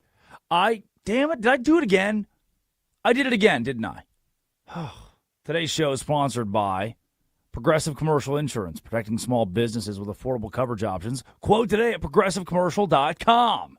Supposed to do that at 7:35. It's 7:44 at 39 seconds Eastern time.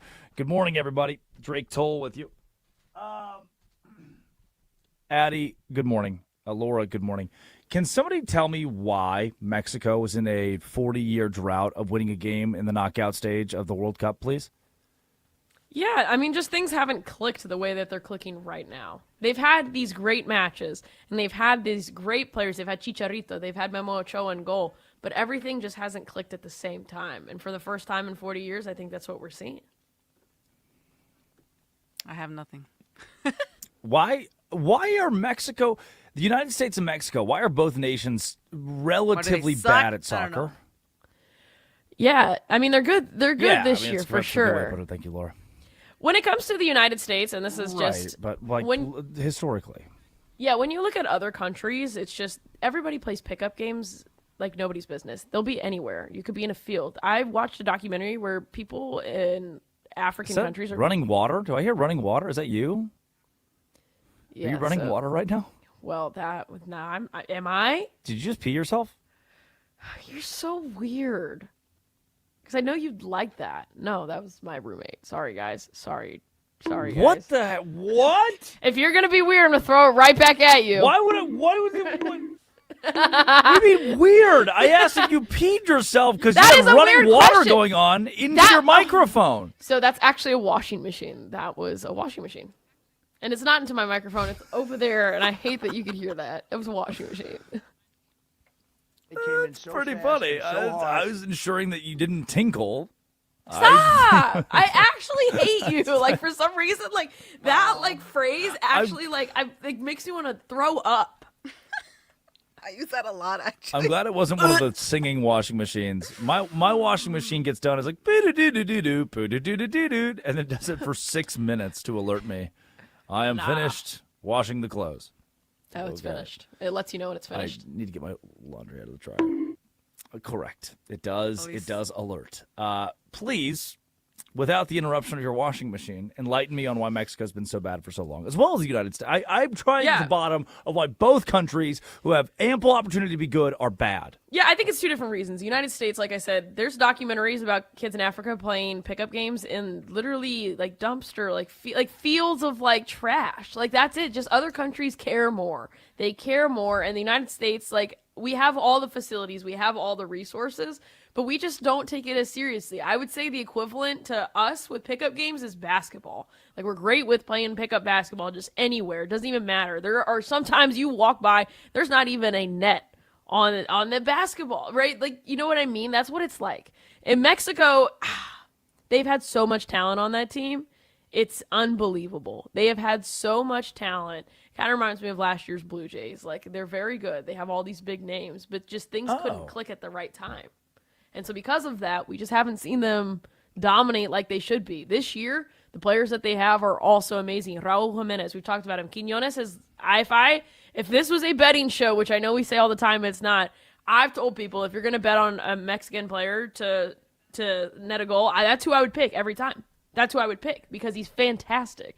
So the players on this team, they're just playing with more passion. They're playing with more grit, and it's really good to see. And, I mean, the home field advantage does help. I would not want to be an opposing team in Estadio Azteca right now because that crowd is insane.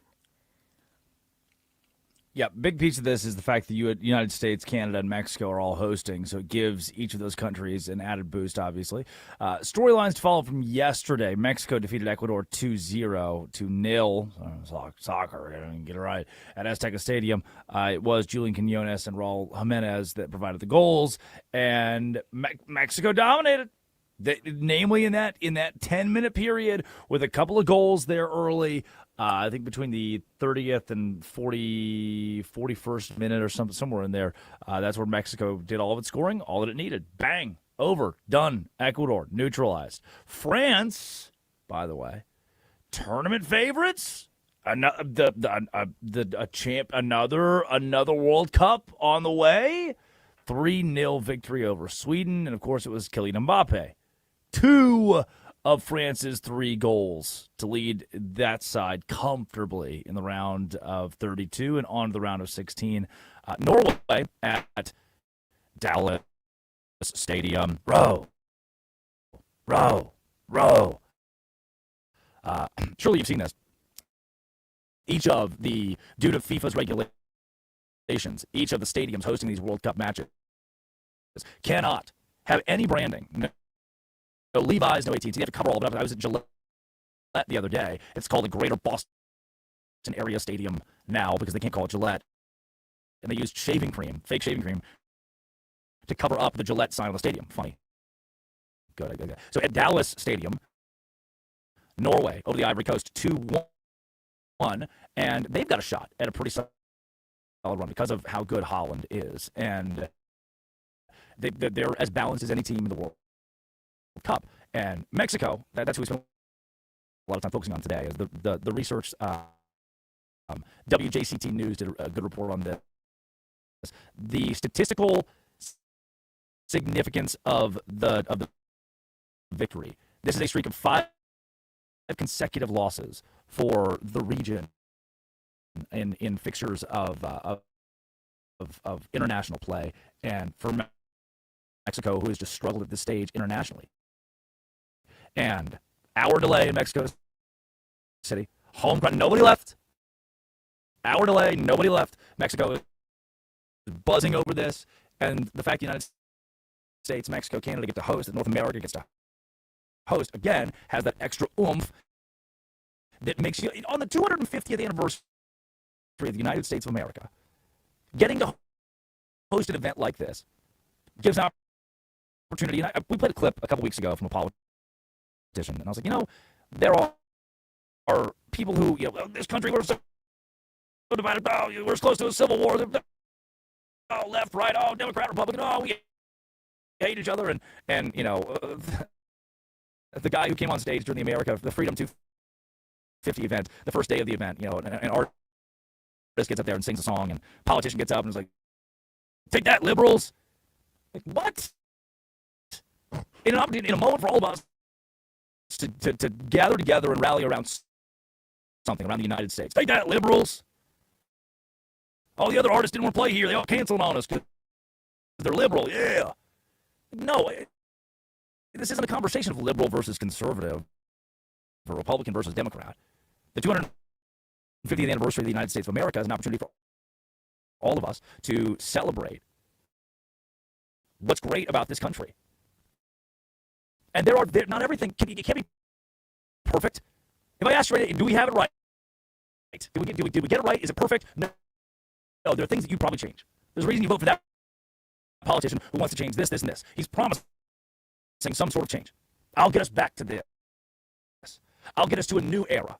I'll revert, or I'll progress. That's what we vote for. The World Cup is showcased to the world that the United States of America is that it's still that spot. Row. I am excited. Where these people, I'll drink all the beer. We wake up, we have beer.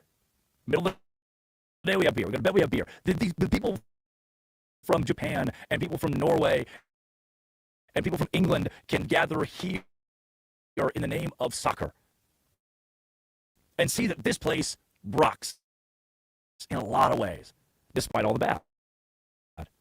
That's the boost. That's the boost the United States has gotten out of this whole thing.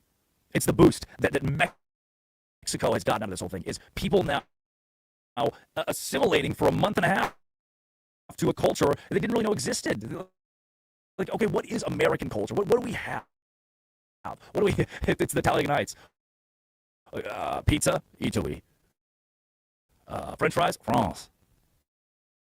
What's our culture? This is an opportunity to showcase what it's like to be from the United States, and that is what's elevated the World Cup experience for me, for many in Mexico, for many in Canada. It was on display again last night. Eddie Bates produces, Laura Jimenez runs the board. We come back. Let's give you our idiots of the day on Westwood One Sports and the Westwood One Sports app from 6 a.m. to 9 a.m. Eastern Time. 310-840-9610 or whatever it is. This is the Drake Toll Show. This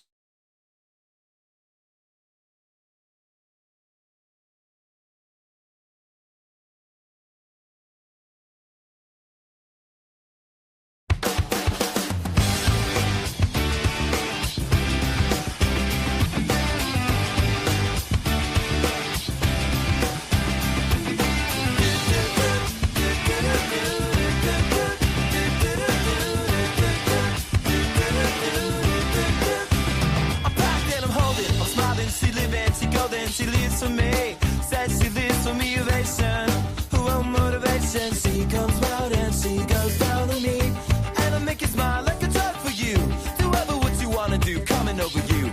Keep on smiling what we go through. One stop to the rhythm that divides you. And I speak to you like the chorus to the verse. Drop another line like a coda with the curse. Coming like a freak show, take the stage. We give them the game, she plays. She say, I want something else to get me through this semi-time kind of life. Baby, baby, I want something else. I'm not listening when you say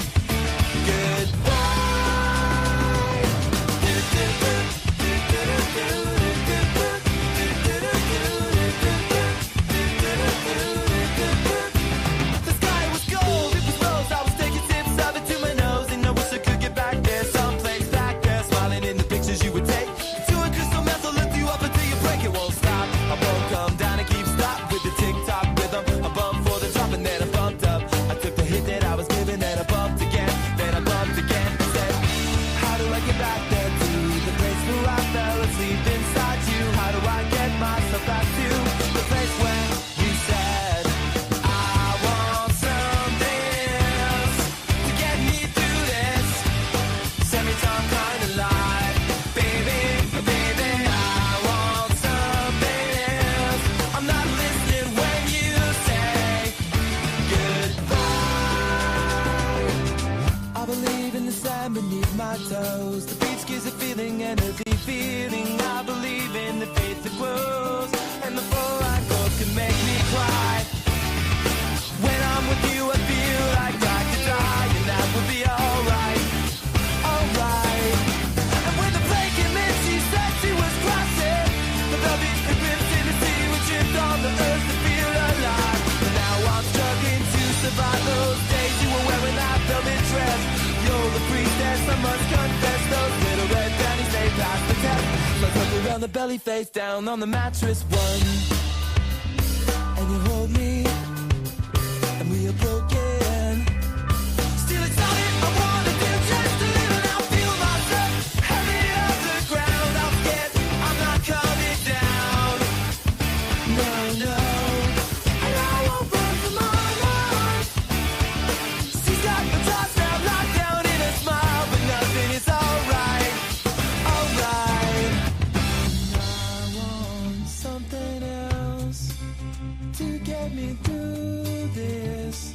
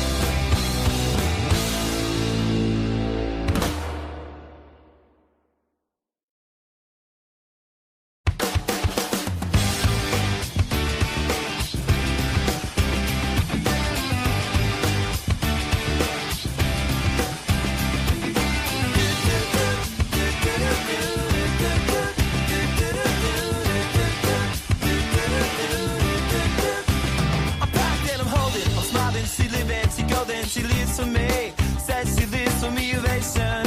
Who will motivation? She comes round and she goes down on me. And I make you smile like a drug for you. Do ever what you wanna do.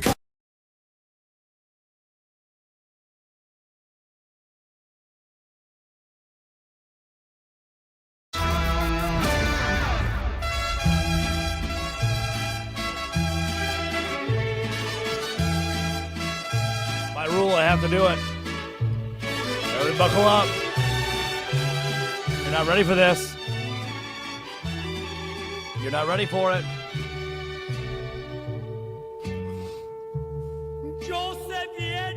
Yo sé bien que estoy. I forget. I'm on a delay. On an extreme delay. I cannot. This will show how bad the delay is. Now we can prove to our bosses. Yeah, that's the time we greased it.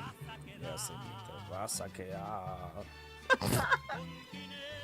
Con dinero y sin dinero. Wow. Every banana ball game, I sing it live. Do the grito. That's a true story. Do the grito. You can do a grito, right? Do it. Do it. Do it. That feels too far. That feels. No, We're letting you. For profiling We're letting reasons. you. We're letting you. We're letting you. No, Permission that's not how that granted, works. That's Drake. not how that works. Yes, it is. I don't think Marlene from HR is not going. I can't be like, Screw well, Marlene. my producers. We also shouldn't screw Marlene from HR. Don't say that. I can't be like Marlene. My producer's half Mexican. She gave me permission. I can do it. I can say Mexican. it. I Nope. got the She's power. full. She's full. She's I got full. The power invested No, in but me. I said producer. The producer's half Also, Mexican. I do Laura love Jimenez, how full we're Mexican. trying to like Seniority. create some like Mexican Seniority. flag out of order color here with our shirts. Seniority. Nice. Come on, I believe in you, Drake. We Cole. do. Can we? Hold on.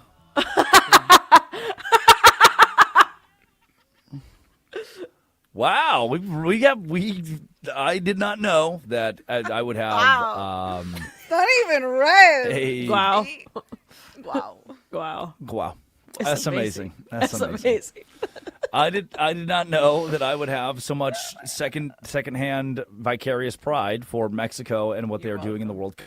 Laura Jimenez and Addie Bates. But I am okay, Addie, let's do it. Because somebody is listening in Fargo, North Dakota, and I appreciate them listening. And they're like, man, is she at least a little excited for the United States? Don't they know they play today? So that's what Addie. Let's give equal time here. We have not spent a ton of time with the United States today. We'll spend a lot of time with them tomorrow after the World Cup match tonight, where they'll beat up on Bosnia and Herzegovina, wherever that is. Addie, are you excited to watch the United States play tonight? Of course I am. Of course I am. I think what they're going to need to do, though, is they're going to have to put that last match, just forget that happened, okay? Forget that one happened, the one where they lost. Just act like that didn't happen. And, yeah, they're going to come out tonight. They're going to guns a-blazing. Yeah, of course I'm excited to watch them. Of course I am. I don't want people, I know people are going to be like, oh, my gosh, you talk about Mexico so much. Like, no, I'm excited. I'm excited. Give me freedom. Give me fire. Well, Give me reason. Can I take me higher. ask you a question that my own mother posed to me and my own dad? Yeah. If it's Mexico against the United States. Mexico. Oh, what? Oh my gosh. I was thinking about this in the car. Can I tell you really quickly why? No. Like, I don't okay, know. so wait, Sorry. no, I can't. really quickly. No, I am so close with my dad. I think he hung the moon. I think he is my biggest inspiration, and his story is amazing, and I love him so much. And I feel like without Mexico, This is Big Bates? Yeah, this is Big Bates. Big Bates. Obviously an adopted name. I just wouldn't be here. America has given me a million opportunities, and I'm very grateful for this country, but I just feel so sentimental towards Mexico in different ways. I'm really close with that side of my family. I feel like the things that they endured growing up, I feel like, and they still live over there. And so I give so much thanks to them and how they were able to kind of persevere, and they kind of got me to where I am now. So I just give a lot of thanks to that country in particular, because I would not have Papa Bates without Mexico. And yes, I'm just as grateful for the United States, but yes, I'm very close with. That's why. I was thinking about this in the car. I was almost crying last night when they won, so. People are still going to be like, oh my God. I can't believe she Go back to Mexico. Oh. I'm not actually. My father's answer was, my heart's divided. So I don't know. What was your answer? Did you say United States? I just Wow. grumbled. I didn't give an answer. I just said, oh. Yeah, that's an easy one for me. Oh, okay. So Laura, full Mexican. That's a really weird way to put that, but that's kind of how Addie phrased it earlier. Addie's like full Mexican. Oh, Yes. okay. All right. Thanks. From the And ground. you would be torn if Mexico and if Mexico and the United States played tomorrow. You'd be torn. Yeah, I would be torn. I would be torn. Wow. Can you? Addie gave Addie beautiful story about her father. Can you? What's the context? You said your dad would be torn over Mexico and the United States. I think it's the same thing. I think, but my if I'm speaking for my father, I think he would say like America gave him a lot of opportunities, and that's why he would want to root for the United States. I think he's lived more life here than in Mexico, so he would want to. But also, it's the pride. The Mexican pride is it's a lot. So. And also because they haven't won. So America tried to kick my dad out. They try to kick all of us out. So I'm already like, no, Oh. don't get rid of David. Do not get rid of David. So I think they would, if it came down to that, I think that's why it would be really difficult to pick because neither of them have been there in such a long time. I think if one of them had been there at least in the last 30 years, it's like, oh, okay, we'll pick the other one. But yeah, I don't know. Don't let me. See, don't that's let me what's pick. so because I don't know what it, I don't know what it feels like to have that kind of connection or type. People are always like, what's American culture? If you were going to send here's something super American and build a care package and ship it to Ecuador, what do you send? And that's a question that people struggle to answer. Like, what do we have that's in here? Because we're the melting pot. So you have a lot of different cultures that come together in the United States. What is originally inherently ours? And there's an answer. There are answers to that. 310-840-4910. You can pitch in. German. Thank you. Again, it's the Talladega Nights scene where he's like, "What does America have?" And he's like, "Pizza, Italy." Red 40 die. Hamburger, Germany. China. Roundup weed killer. Yep. That's very American. We do. Marshmallow fluff. Yep. The weed eater. The riding lawnmower. McDonald's. Marshmallow fluff. You add like peanut butter. In-N-Out. McDonald's. Work at Texas Roadhouse. Just the state of Texas in general. You could list. Buc-ee's. We'll send that to Ecuador. We'll send the beaver. Why is it on the jukebox? Profiling reasons. I forgot how funny. I watched Talladega Nights in the airplane the other day, and I was laughing to the point I was bothering people around me. And in my brain, Talladega Nights wasn't that funny. I was like, it won't stand the test of time. It's going to be this crude, like, white boy humor. And maybe it still is, but I popped it on. And I was like, okay. Pretty good. Judd Apatow and Will Ferrell were regrettably kind of cooking with Talladega Nights when they were kind of on fire with that. But I'll never be able to feel this, pride for my ancestry, right? Because it's England and Germany and Ireland. And remember the thing that happened in Germany? It's England and Ireland and Germany, and this hodgepodge of just the whitest countries you've ever heard of. And not that because I'm white, I can't have culture or I can't be proud of where I'm from. But who's like, man, really rooting for England today?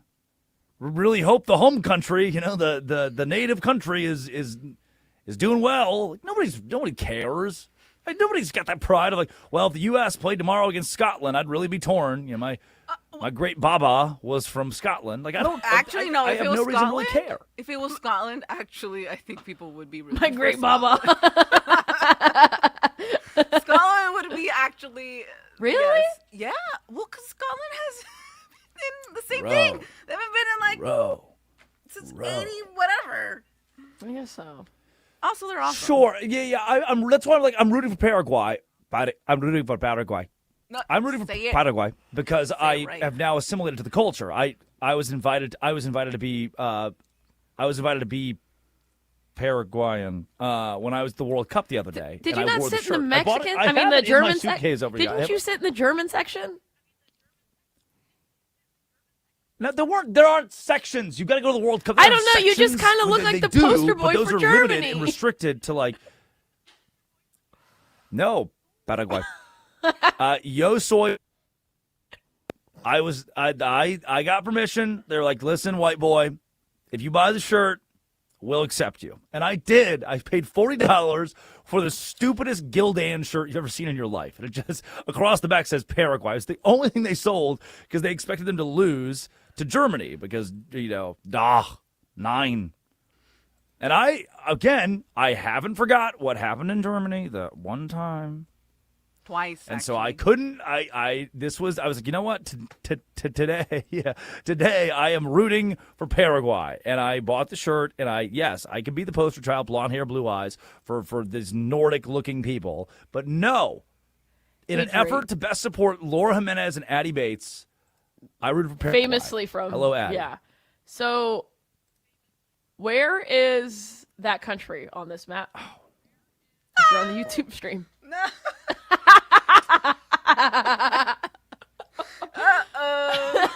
Paraguay. Where is it? You got this. You got this. For the people who are radio only, there is a map.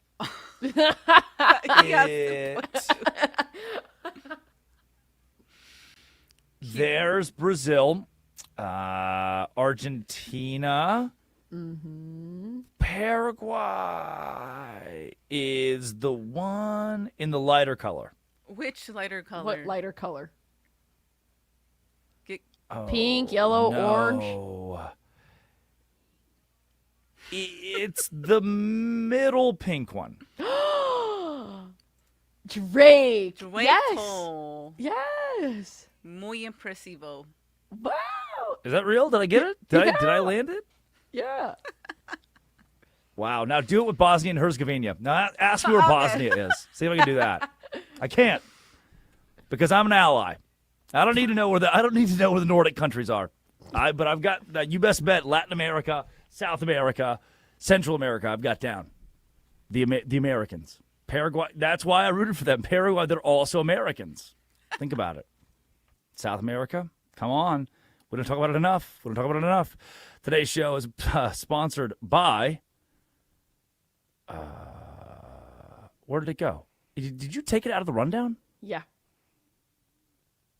Because it's not sponsored. Oh, well, now what? Why did you say great. that? Well, today's show is somebody because it was. I knew that I missed my ad read at 7:55. I was like, I'll get to it at the next segment, and so I went to go do it right now, and it's just gone. Sponsored by the World Cup. It's time for. I've got time for one. It's time for our idiots of the day. Idiot of the day. Cooper Ingle gets idioted, and I'm sorry I have to do this. 2022. I'm in Hyannis, Massachusetts, broadcasting for the Cape Cod Baseball League. And I go on a charter fishing trip with my girlfriend at the time and one of our interns. And who is the intern quietly dating, quietly hanging out with? Cooper Ingle. Wait, you dated I've been on intern? a charter fishing trip. No, my girlfriend. We worked together, believe it or not. God, Drake? I was also 20 years old, but pay no mind. One of the interns that we had alongside, I was an intern at the time. One of the interns that we had, she was quietly hanging out with Cooper Ingle, who was playing for the Chatham Anglers back then. And today's idiot of the day, Cooper Ingle. Take a listen. Oh, birthright. Sorry, birthright citizenship. Yeah, okay, look, yes, as a constitutional lawyer, I got lots of opinions on this. Okay, understand what the framers did, and when we added this to our constitutional order, understood what the intent Laura, what's was. happening? I think anybody who this looks isn't at Cooper this, Ingle. Oh, I was like, who is that? What order are we going He in? plays for the Guardians. He's the Guardians player. He hasn't. And that's in the air, left field, hanging up a long time. Hingle gets to it, and there are 2 away. And now, he threw it in the stands. He threw the ball in the stands. He gets home. He gets all over the plate. Oh my! What in the world was Hingle doing? He thought it was 3 outs. He was jogging in and threw the ball in the stands. Wow. Wow, I mean, this has happened in baseball, but it's been a long time. He thought it was 3 outs, and this is a 2-base mistake. Just incredible. A 2-base error once it leaves the playing field. That's 2 bags. The delay's going to kill us. Yep, the Rangers would go ahead 3-2 in the 7th inning thanks to Cooper Ingle. I have not talked to Cooper about his thoughts on birthright citizenship. We have not had that conversation yet. The original clip does not reflect the views of Cooper Ingle, nor can we confirm what his opinions are about the birthright citizenship ruling from yesterday. But he did throw the ball in the stands, earn our Idiot of the Day. Haven't talked to him since that day that we caught a bunch of sea bass together and then fried it and ate it. Those are our Idiots of the Day here on the Drake Toll Show. When we come back, let's go to Chicago. Chris Bleck of Bleck and Abdallah, a couple of hours before he's on the air for Bleck and Abdallah here in Westwood One Sports. I've been in Boston one day too long, buddy. Joins the show. This is the Drake Toll Show.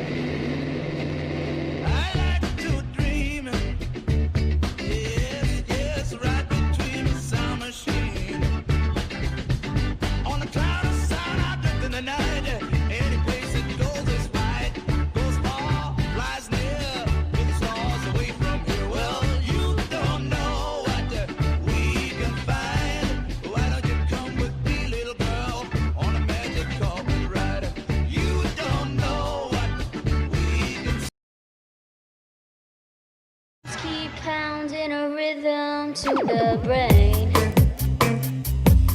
La-da-da-da-dee. It is the Drake Toll Show. Westwood One Sports, the Westwood One Sports app. Good morning. Drake Toll with you from the Savannah Bananas organization and Locked On Big 12 and the West. We are now joined by the host of Bleck and Abdallah, Chris Bleck, live with us from Chicago. Bleck, thanks for being up early with us and joining the show. I want to talk Bears Stadium, World Cup, LeBron James, and whatever the hell is going on with him. But to start it, like Addy called yesterday. I was like, hey, who guests for this week? We had Josh Graham yesterday. Who do you want? I was like, let's do the full gamut. Let's go like full-on cross-promotion mode. First 6 months, Westwood One, national radio. We just hit July. What is the first half of 2026 with this show, this station, being here, been like for you? What's up, Drake? It's been awesome. It's been a blast. I think we're having a great time. I think every show is sounding awesome. And I think the one thing that we all provide to our great fans and listeners of the station so far in the first 6 months is we all bring unique perspectives and we're authentic with our opinions. So, I think what's really cool is that we all kind of offer a little something different. And I think all of our shows are really finding their footing. And it's been fun, man. The first 6 months have flown by. And I can't wait to kind of get through the summer and then get to the football season. And that's when things really kick into gear in my book, you know? Football season is that's what the countdown's been. I've got the calendar still pulled up, awaiting the day season with the NFL and hit those storylines, can talk ball once again on the gridiron. And as it pertains to the Chicago Bears and the gridiron, will their gridiron still be in Chicago long term? What is the latest on Hammond, Indiana versus a Chicago suburb for where the Bears will call home long term? Yeah, I think what's fascinating to people who are not in Chicago or Illinois is this idea that, like, the Indiana move to Hammond, it was cool for clickbait and it was cool for national folks to kind of say, oh, wow, look at this. The Bears are moving to Indiana, when, in fact, reality, nothing has actually happened. In fact, the Bears don't even have a location in Hammond, Indiana. They're still testing random sites. As of last weekend, they're still drilling in different spots in the area to try and find a location. So here's what you need to know. First of all, to answer the original question, they will not be in Chicago no matter what. There's no space for them to build in Chicago. The city was kind of over their skis trying to suggest years ago that they could build a new stadium near where the current stadium is located on the lakefront. That's out the window, so that's not going to take place. The Bears own land in Arlington Heights, Illinois, which is a suburb about 45 minutes west and north of downtown Chicago.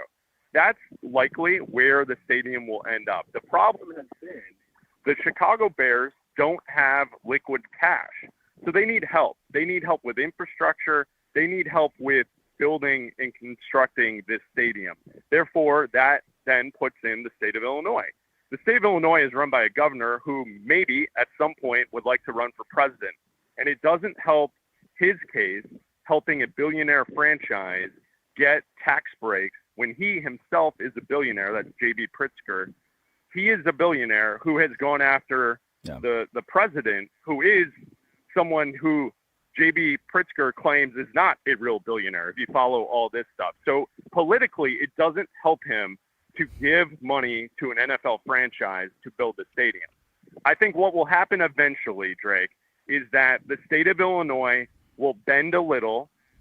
The Chicago Bears will eventually announce that they will build in Arlington Heights, Illinois, and the stadium will be in the state of Illinois. I think everything that's taken place in Indiana has been for leverage. And really, if you want to blame anyone for this entire scenario, it's Kevin Warren. He used to be the commissioner of the Big Ten. Every school, every head coach in the Big Ten hated him. And what has happened here is he swooped in after the Bears bought the land in Arlington Heights. And he thought to himself, why not in downtown Chicago? Well, that ship sailed. We were no longer talking about that anymore. And he kind of messed up the timeline with actually completing the stadium. And one final fact on this, the Buffalo Bills announced and have built their stadium and will play their first game in their new stadium in the amount of time that Chicago purchased and announced that they were going to build their new stadium, and the Bears don't even have a location yet. That's how long this has been going on in Chicago. Black, what's wrong with Soldier Field? And maybe I'm wrong from the outside perspective of saying iconic venue, but it's got the allure of this historic NFL stadium. Is there a serious issue with just being at Soldier Field? Yeah, it sucks. I mean, I can go into a whole breakdown of the stadium. Listen, my family has had season tickets for the Chicago Bears since 1971. So I've been in the previous Soldier Field. I've been to a lot of games in the current Soldier Field. The concession setup sucks. The bathrooms stink. It's impossible to get in and out of as far as before the game, after the game. There's nothing over by it. The Bears need a new stadium. Their lease on Soldier Field runs out in 2033, so they do have time to figure this out. I would correct your thought on it being a great venue. It used to be a great venue. The original Soldier Field with the colonnades and the bowl, the seating bowl that was kind of like resemblant of like some great college stadium, that was a great stadium. This new thing that's been around for 20 plus years, it's a dump. It sucks. Chris Black of Black and Abdallah joining the Drake Toll Show, Westwood One Sports and the Westwood One Sports app. Black, let's move you from the gridiron to the basketball floor, where LeBron James has populated the headlines all week long, now officially making it clear per ESPN that he will not return to the Los Angeles Lakers. A week to have Sean Little on, by the way, with Black and Abdallah. That's a guy who's just basketball through and through. And I listened to your show yesterday talking about the future for LeBron in the NBA. And now that we know officially he won't be, we've established he will not be a Laker. For the legacy of LeBron, what is the best move that he can make? You know, I think the best move he could make is going back to Cleveland. I mean, I think everything else, if he goes back to Cleveland, I think they have a legitimate shot to win the Eastern Conference. I don't see this idea where he teams up in San Francisco with Steph Curry, Draymond Green, and whatever else they can figure out, whether they move Kristaps Porzingis, if Jimmy Butler's there.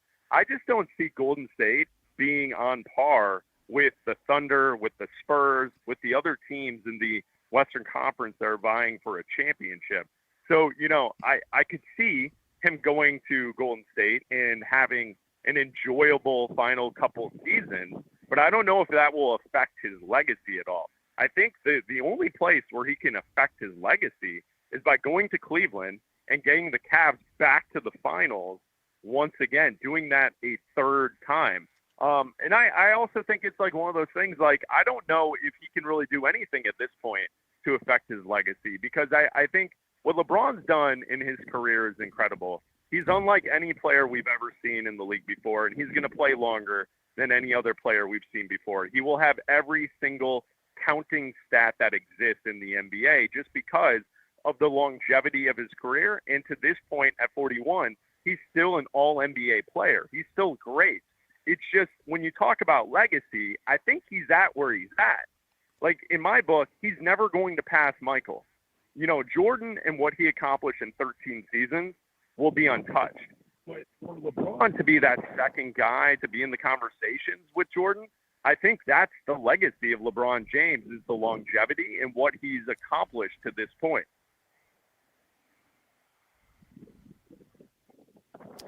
Now, Kawhi Leonard to the Toronto Raptors, as this has become official, and we've covered it a good portion this morning on the show. Did Toronto get a certified NBA star or a certified NBA has-been in this move? I think they have a star. Last season, what we saw from Kawhi was something that we haven't seen since he was with the Raptors last in 2019. And that was the case that when the Clippers traded away James Harden, Kawhi took over most of the ball handling for the Clippers offense, and he was posting career numbers. And what we saw Kawhi do in the final couple months of the season was pretty incredible stuff. And so if that's the same player that the Toronto Raptors are getting now, and, Drake, when we look at the Eastern Conference and we kind of look around, and I know that New York just won the title, and they're going to be the favorite in the conference. But outside of that, I think everyone else has major questions, right? Like Boston, what happens with Jaylen Brown in that situation? So if they move him, they don't get back stars. Maybe it's pieces for the future. Are the Celtics as good as we think they may be at this moment? I think we could do the same thing with the Clippers. With the Cavs, with what we're talking about and possibly going after LeBron. Detroit's a younger team. Who knows? Jalen Duren might move. He might go on to somewhere else. I think what you could probably do stacking up the Eastern Conference is suggest that Kawhi with the Raptors could at least be a top 3 team in the East. And I think that's what they're getting. I think they're getting a star, and I think he can still play. And if he's motivated and he's not load managing, I think Kawhi could be that player in the Eastern Conference for the Raptors. Chris Black of Black and Abdallah joins the Drake Toll Show, Westwood One Sports and the Westwood One Sports app. To wrap it up, Black, the World Cup following the United States of America and into tonight's match against Bosnia and Herzegovina, if you had to and look, I get it. There's the patriotism of this question being answered with a simple, they could win it all. But if you truly had to give a best-case scenario for the United States in the World Cup in 2026, what is the peak, the pinnacle the United States can feasibly reach? Yeah, listen, I don't want to pour cold water on anyone because I think the patriotism and the fun this weekend, especially and tonight. Hey, I hope people show out tonight in Santa Clara. It's gonna be a scene. And I love this team, and it's by far like one of my favorite aspects of sports, the World Cup, Drake. This team, if they get to the round of 8, I think that will be a great run for the U.S. men's national team. What we have in front of us, in the next round, whoever it is, Belgium or Senegal, that's going to be a really difficult round to play if they win tonight. And there's no guarantee that the U.S. wins tonight. So, you win tonight, then you maybe play Belgium. And Belgium's a power from Europe that has been very successful for quite some time. A couple World Cups back, they had their golden era, which is not quite what they are now. So they are beatable. So if the U.S. can win 2 rounds of the knockout stage and then get to that round of 8, the team they would be facing would be Spain. And listen, Spain is probably the second best team in this tournament outside of France. So I don't expect them to get past that stage. But man, it would be so cool. And Team USA, we've never had this many players actively playing for professional clubs in Europe come together. So this is our most talented squad we've ever placed in a World Cup. And so I hope they do something special. It'd be really cool. And I hope everyone enjoys this run that they're going to go on. Black, appreciate you being up early with us again. How can folks best follow you, listen to your show in any single market, keep up with Black and Abdallah? Yeah, always check us out on YouTube, Black and Abdallah Show. You can like and subscribe. We're on from noon to 3 Eastern on affiliates around the country. And also, Drake, it's always Sirius XM, channel 375. Nice. Love it. Thanks again, Black. Always good to have you. All right, Drake, have a great morning, man. Thanks. Little Chicago flair and perspective from Chris Black of Black and Abdallah, Westwood One Sports, and a great crossover. Josh Graham yesterday, Chris Black today. There could be an Abdallah in store tomorrow, I'm being told as well. Addie Bates produces. Laura Jimenez runs the board, and round of 8 would be gravy for the United States of America. Yes, this is the pendulum swings back around and you think, oh my goodness, soccer is back in the United States. Yeah, the World Cup, yeah. It doesn't make the United States a true contender for the World Cup. I would love it to be. I've got to prepare us and celebrate today, have a good day, enjoy it, but I've got to prepare everybody for the idea that we can't. I know it may seem anti-American and not patriotic, but we can't be the best at everything, just most things. And soccer's one of those things that we don't have the horses in the stable that Jean Girard did in Talladega Nights. We don't have the horses in the stable that a Spain or France or an Argentina or a Portugal may have in the World Cup in 2026. But we could win tonight. Could be Belgium. Senegal, as Bleck laid out there, the winner of that match, you can. It's on the table for you. When we come back, Kawhi Leonard to the Raptors again. Why? And does it make them good?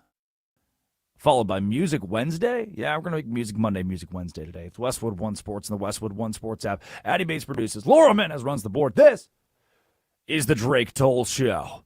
Just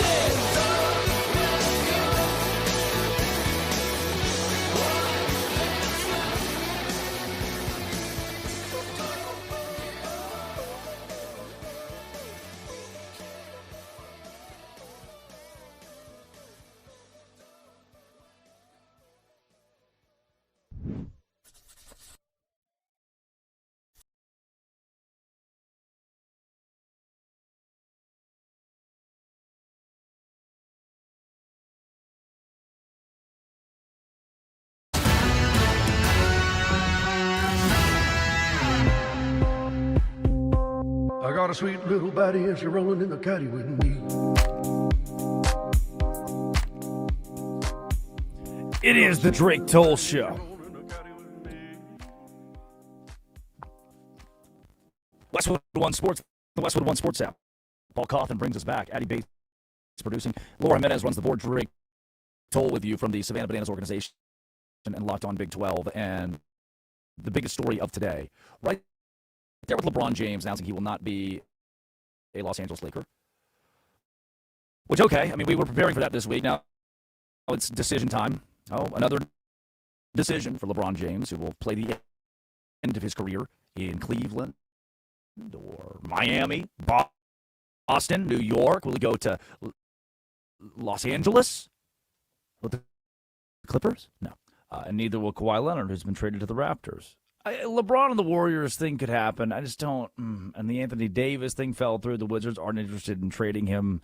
The Wizards aren't interested in making any tangibly good moves. I thought they should have gone with Darren Peterson and allowed DeBonsa to go to the Utah Jazz and utilized their leverage to get more out of their NBA draft in 2026. They did not do that. If I'm the Wizards, you know you have leverage if the Warriors want Anthony Davis, so you utilize that too. It's like every opportunity the Wizards have had to have leverage this year, they have just peed it away.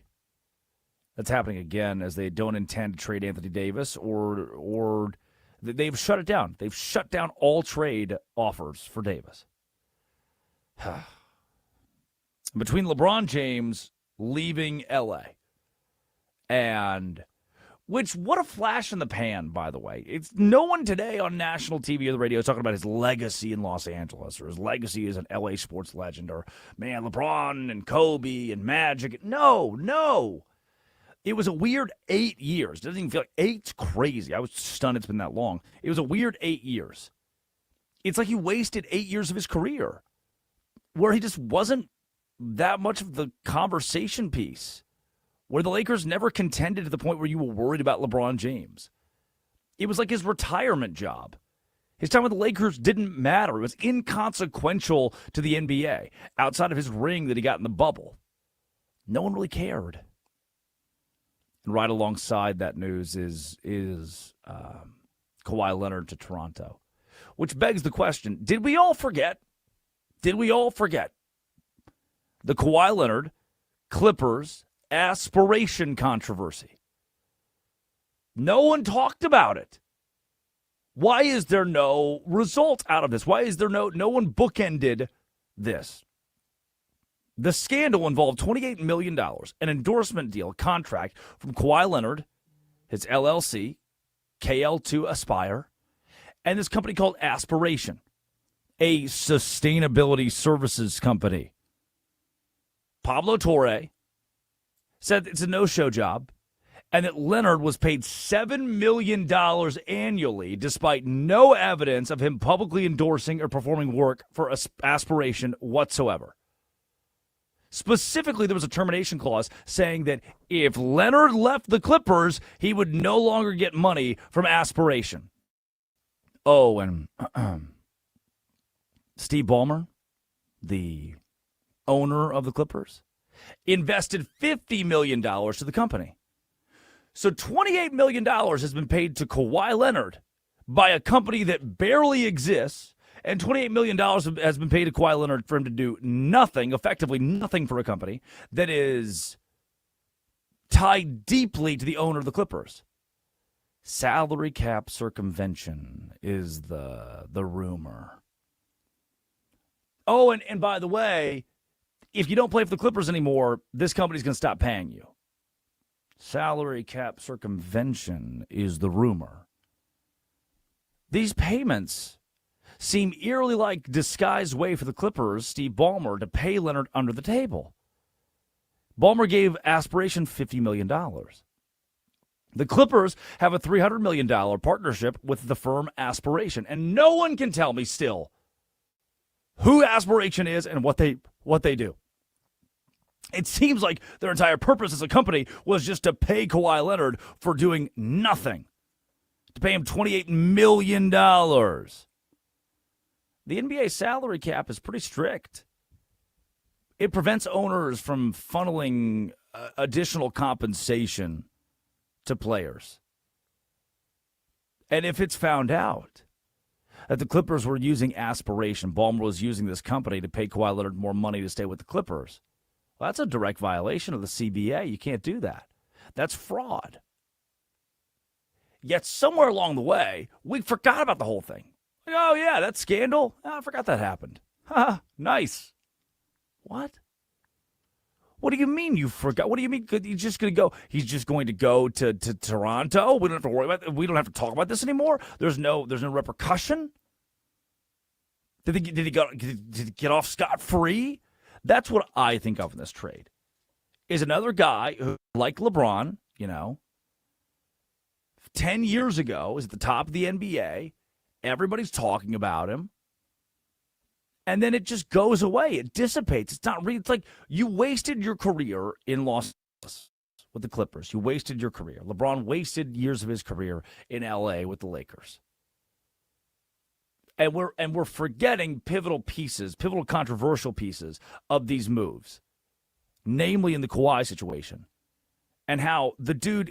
I'm a human being. You're a human being. When you hear those things just ready, when you hear those facts. How do you not immediately consider, that's fishy? Should be the first thing you're thinking of. Should be the first thing you think of.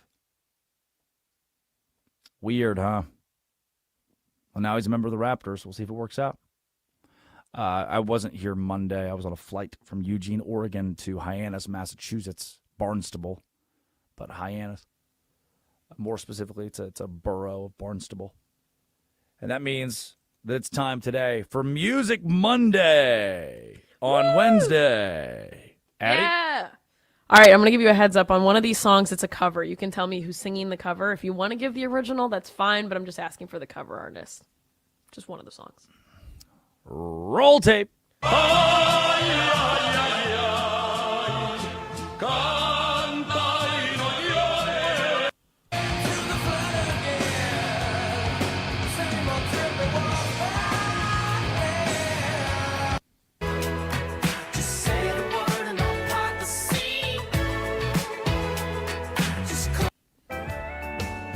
I'll be gone and you can let some other fool sit.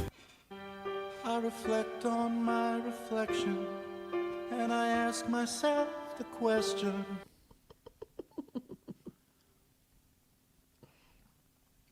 I'm going to shoot you straight. I'm in serious trouble. I was also a little worried that after the first song, the entire thing would be Spanish songs, which would have been very hard for me. Song 1, Laura.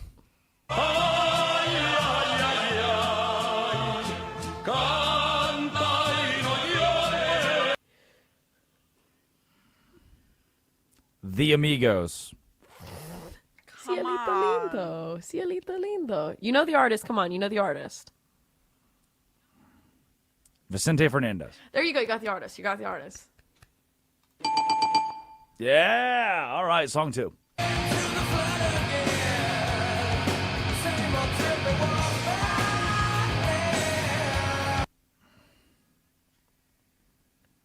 Linkin Park. Oh my God, you say that every time. It's Alice in Chains, and the song is Wood. Ugh. Wood. All right, song 3.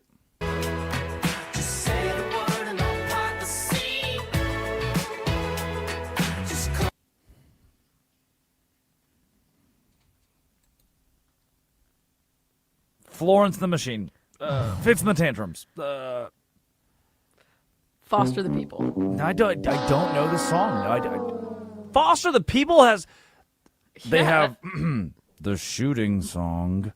Yeah, and that was I Sit didn't know they had Next more to than Me. just the shooting song. Sit Next to Me. Foster the People. All right, song 4. Then I'll be gone and you can let some other fool sit. Iconic, Alan Jackson. What's the song? Papa Top again. Papa Top. Song 5. I reflect on my reflection, and I ask myself the question. Jason Segel, am I a man or Muppet? Yes. A Muppet of a man. Yeah, hell yeah, I got that one right. A Muppet, a very manly Muppet. It's a good song. We got to fix this damn delay. Hopefully for tomorrow. You'll hear that sentence I just said in 4 minutes. Tomorrow, 6 a.m. to 9 a.m. right here again on the Drake Toll Show. It's Westwood One Sports and the Westwood One Sports app. You Better You Bet is coming up. Thanks to Armin Williams, Colin Jones, Bruce Gilbert, Ryan McGuire for giving me a job. Addie Bates produces. Laura Jimenez runs the board. This is the Drake Toll Show.